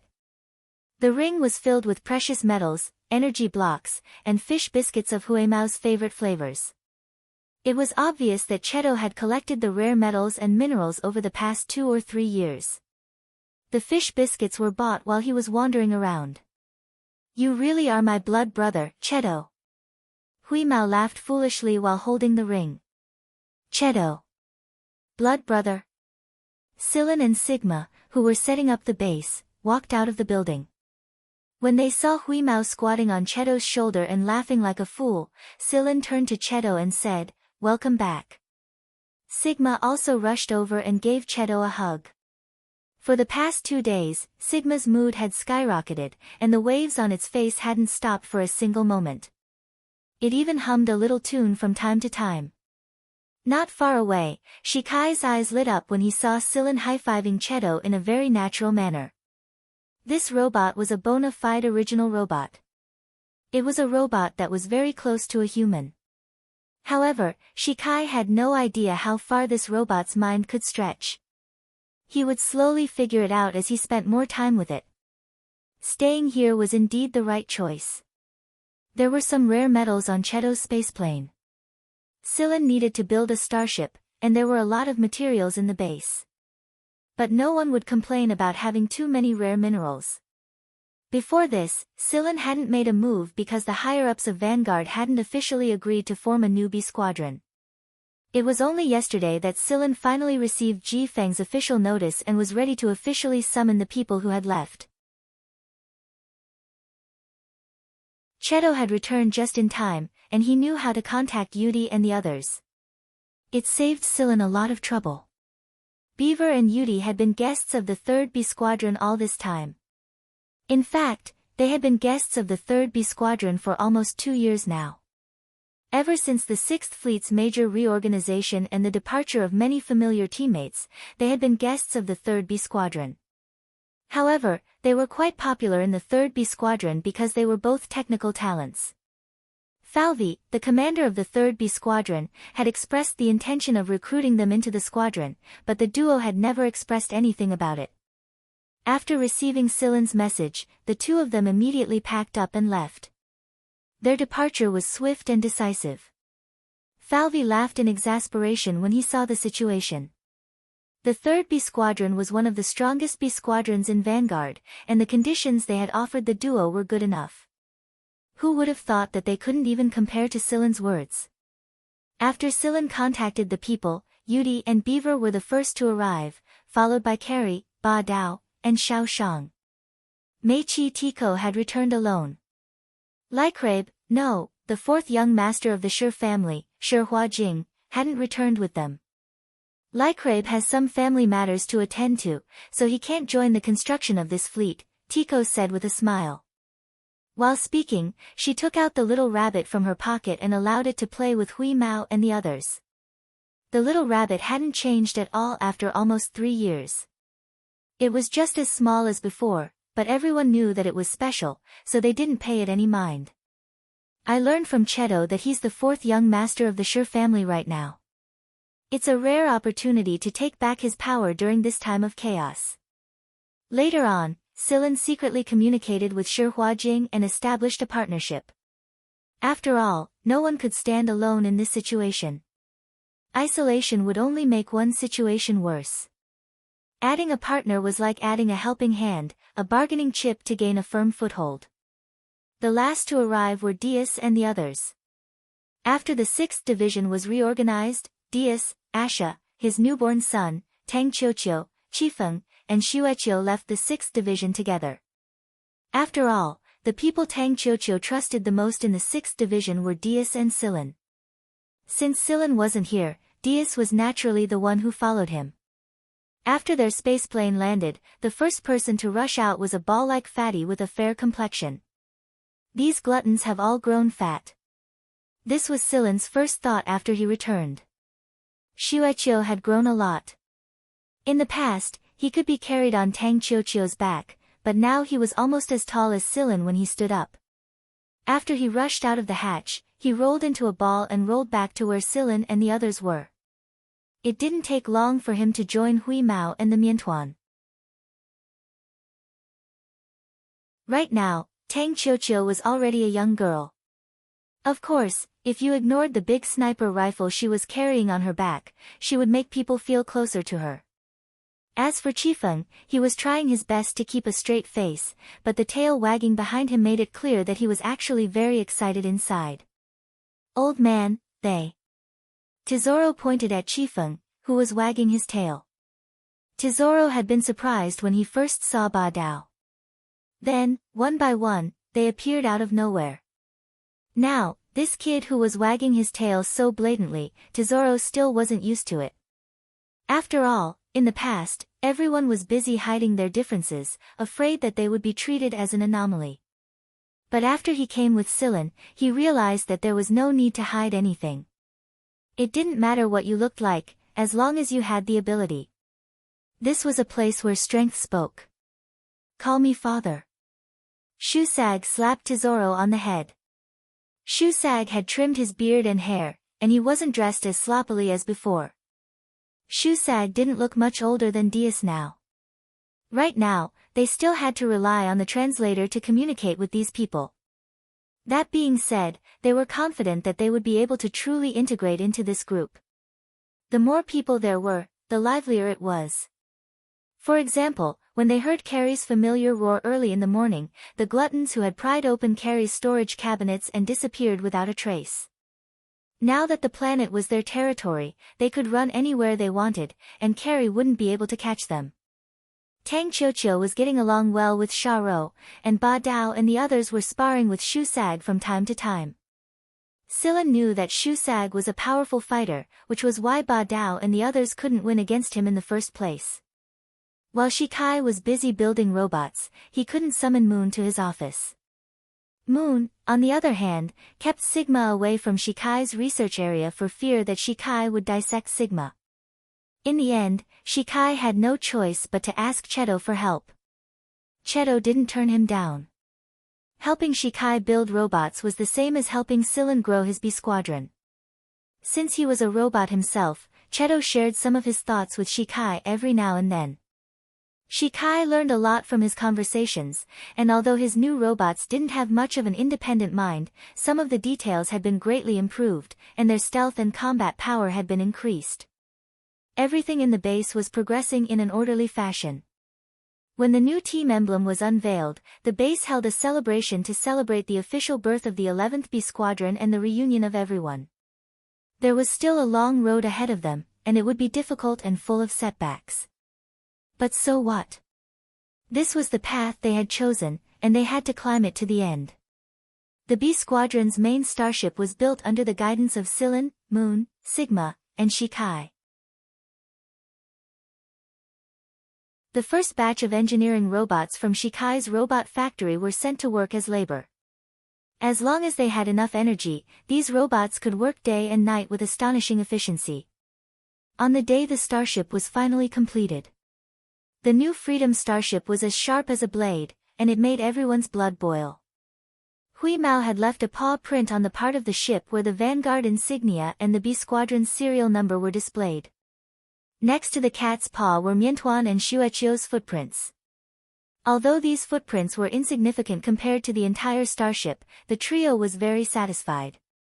Hunters belonged to the universe, and when the Freedom starship was completed, the long-awaited first voyage was about to begin. Silen wanted to search for the logbook Genya mentioned, but now wasn't the time. The situation at Sector S was unclear, and he needed more time to investigate. Since Silen's return, there were a lot of people he couldn't contact like Mo Heng, Lung, Knight, and Ci Jincheng. There wasn't much information about them either. Moreover, Silen's new fleet had a lot of things to do, so he had to push them back. There were some things that Silen needed to retrieve from the current 6th Division. For example, Enji's lab that contained the parasite samples. Most of the samples had been moved when they first arrived at the base, but there were still some records in the lab. Some of them were Enji's things, and some were Komunidin's notes. Silen was going to retrieve all of them. Since Enji belonged to the 6th Division, Silen had to negotiate with the 6th Division's current commander, Simon, if he wished to retrieve Enji's things. Since Simon was sent from the A Squadron, Silen thought that he should start with the A Squadron directly. Therefore, Silen contacted Nada. Since Komunidin and Enji were both deceased, Nada had always taken care of Silen. When he learned that Silen wanted to retrieve Enji's things, Nada expressed his approval. In Nada's mind, the only person who could perfect Komunidin's parasitic code was Silen. When he contacted Nada, Nada told Silen that the current 6th Division commander, Simon, was someone the A Squadron had sent to train. He probably wouldn't be easy to talk to, so Nada told Silen to be prepared. To be honest, Silen knew that a person who grew up in the A Squadron would always have a sense of superiority when they stood in the B Squadrons. It was unavoidable for them to be arrogant. Silen contacted Simon and informed him beforehand, but he didn't say what he was going to do. All he said was that he was going to the 6th Division's starship to retrieve the things he left there. "I don't like that guy no matter how I look at him," Hui Mao said after Silen and Simon ended the call. Simon's attitude as if he was giving Silen face even if he said one more word made Hui Mao very unhappy. Silen flicked Hui Mao's ear but didn't explain. "Pack up and get ready to depart." "Got it." Hui Mao ran out of the B Squadron to notify the others. In reality, he was mainly there to notify the Miantuan and Shueqiu to bring the food. The current commander of the 11th B Squadron was Silen, and the vice commander was Yudi. Due to the small number of people, there was only one vice commander. When the time came to recruit more people, the vice commander position would increase as well. There were robots guarding the base, and the base itself was a gigantic mechanical intelligence entity. There was no need for anyone to supervise it all the time, so everyone boarded the starship. Moon and Sigma chose their own resting spots, and Tang, Tico, and Shikai each had their own laboratory. The starship was equipped with molecular synthesizers, medical devices and more. Silen thought that these were all things that he couldn't live without.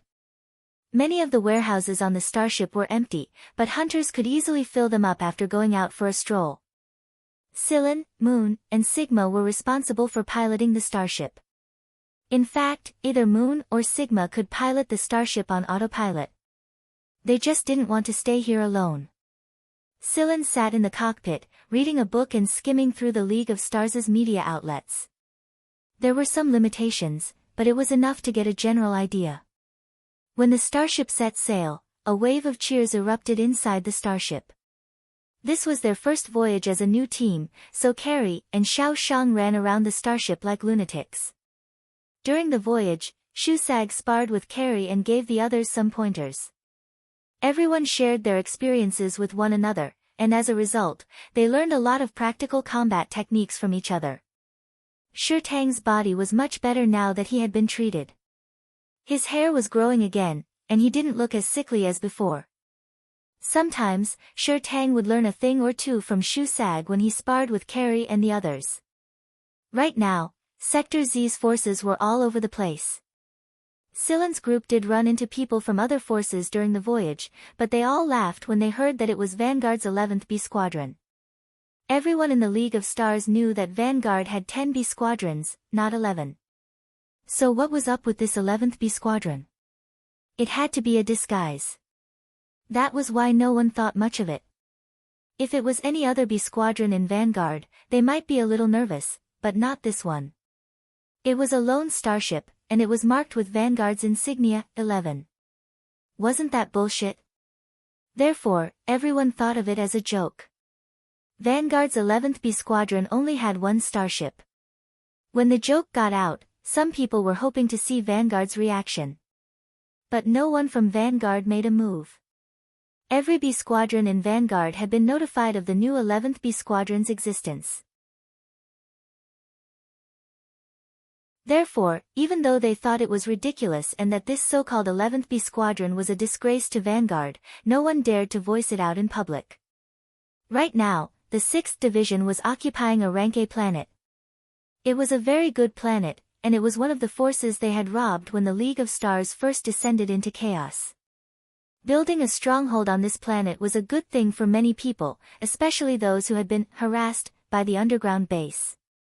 Outside the 6th Division's stronghold planet, on the main starship, Simon asked the person beside him, "Is the 11th squad here yet?" "Soon. Judging from the signal we received just now, there's about 15 minutes left." Amen. Simon sat down on his chair. "Remember my original plan?" "Yes." Since Silen said that he wanted something from the starship, Simon wasn't going to let Silen enter the planet. His so-called reception would be outside the planet. This was a show of strength. Simon wanted to let Silen know that he, Simon, was the one in charge of the 6th Division, and not the old Shotten. Moreover, Simon wanted Silen to see the gap between them. How strong could a new B Squadron be? Simon knew that people were treating Vanguard's 11th B Squadron like a joke, and he believed that Silen was a complete disgrace to Vanguard. There was no way he would treat him nicely. That was why Simon didn't even plan to let Silen enter his home. Simon's plan was good, but 15 minutes had passed and he still hadn't seen a single starship. He had even lost track of the other party. What's going on? Simon looked at the person beside him in dissatisfaction. "Commander, we lost track of the enemy 5 minutes ago. There's no signal or phalanx." Simon frowned. Did something happen to the 11th squad? Another 5 minutes passed, and Simon felt that something was wrong. However, the person in charge of surveillance told him that the enemy had disappeared without a trace. "Why would they suddenly disappear, Commander? Look." One of them pulled Simon's attention to the screen. On the display screen, a starship gradually appeared in their line of sight. Moreover, it was right next to their main starship. The insignia on the starship was rather dazzling to Simon. It was invisible. And it was completely invisible. This meant that the 11th squad had arrived a long time ago. It was just that no one on their side had noticed them. If the enemy hadn't shown up on their own, the 6th Division would have continued to be blind. A full 5 minutes. 5 minutes wasn't even enough for some people to squat in the toilet, but 5 minutes was more than enough for the 6th Division to endure a destructive attack without even knowing who the enemy was. It was as if a knife had been placed right next to their necks, and yet they were completely oblivious to it.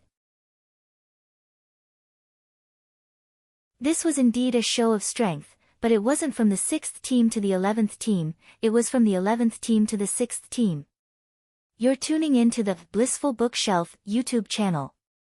We're so grateful for your support, and don't forget to subscribe to join us on this incredible journey through captivating stories. Your generosity through donations truly makes a world of difference, as it's the primary source of revenue that allows me to expand and enhance this channel for you. Thank you from the bottom of my heart for being a part of this adventure.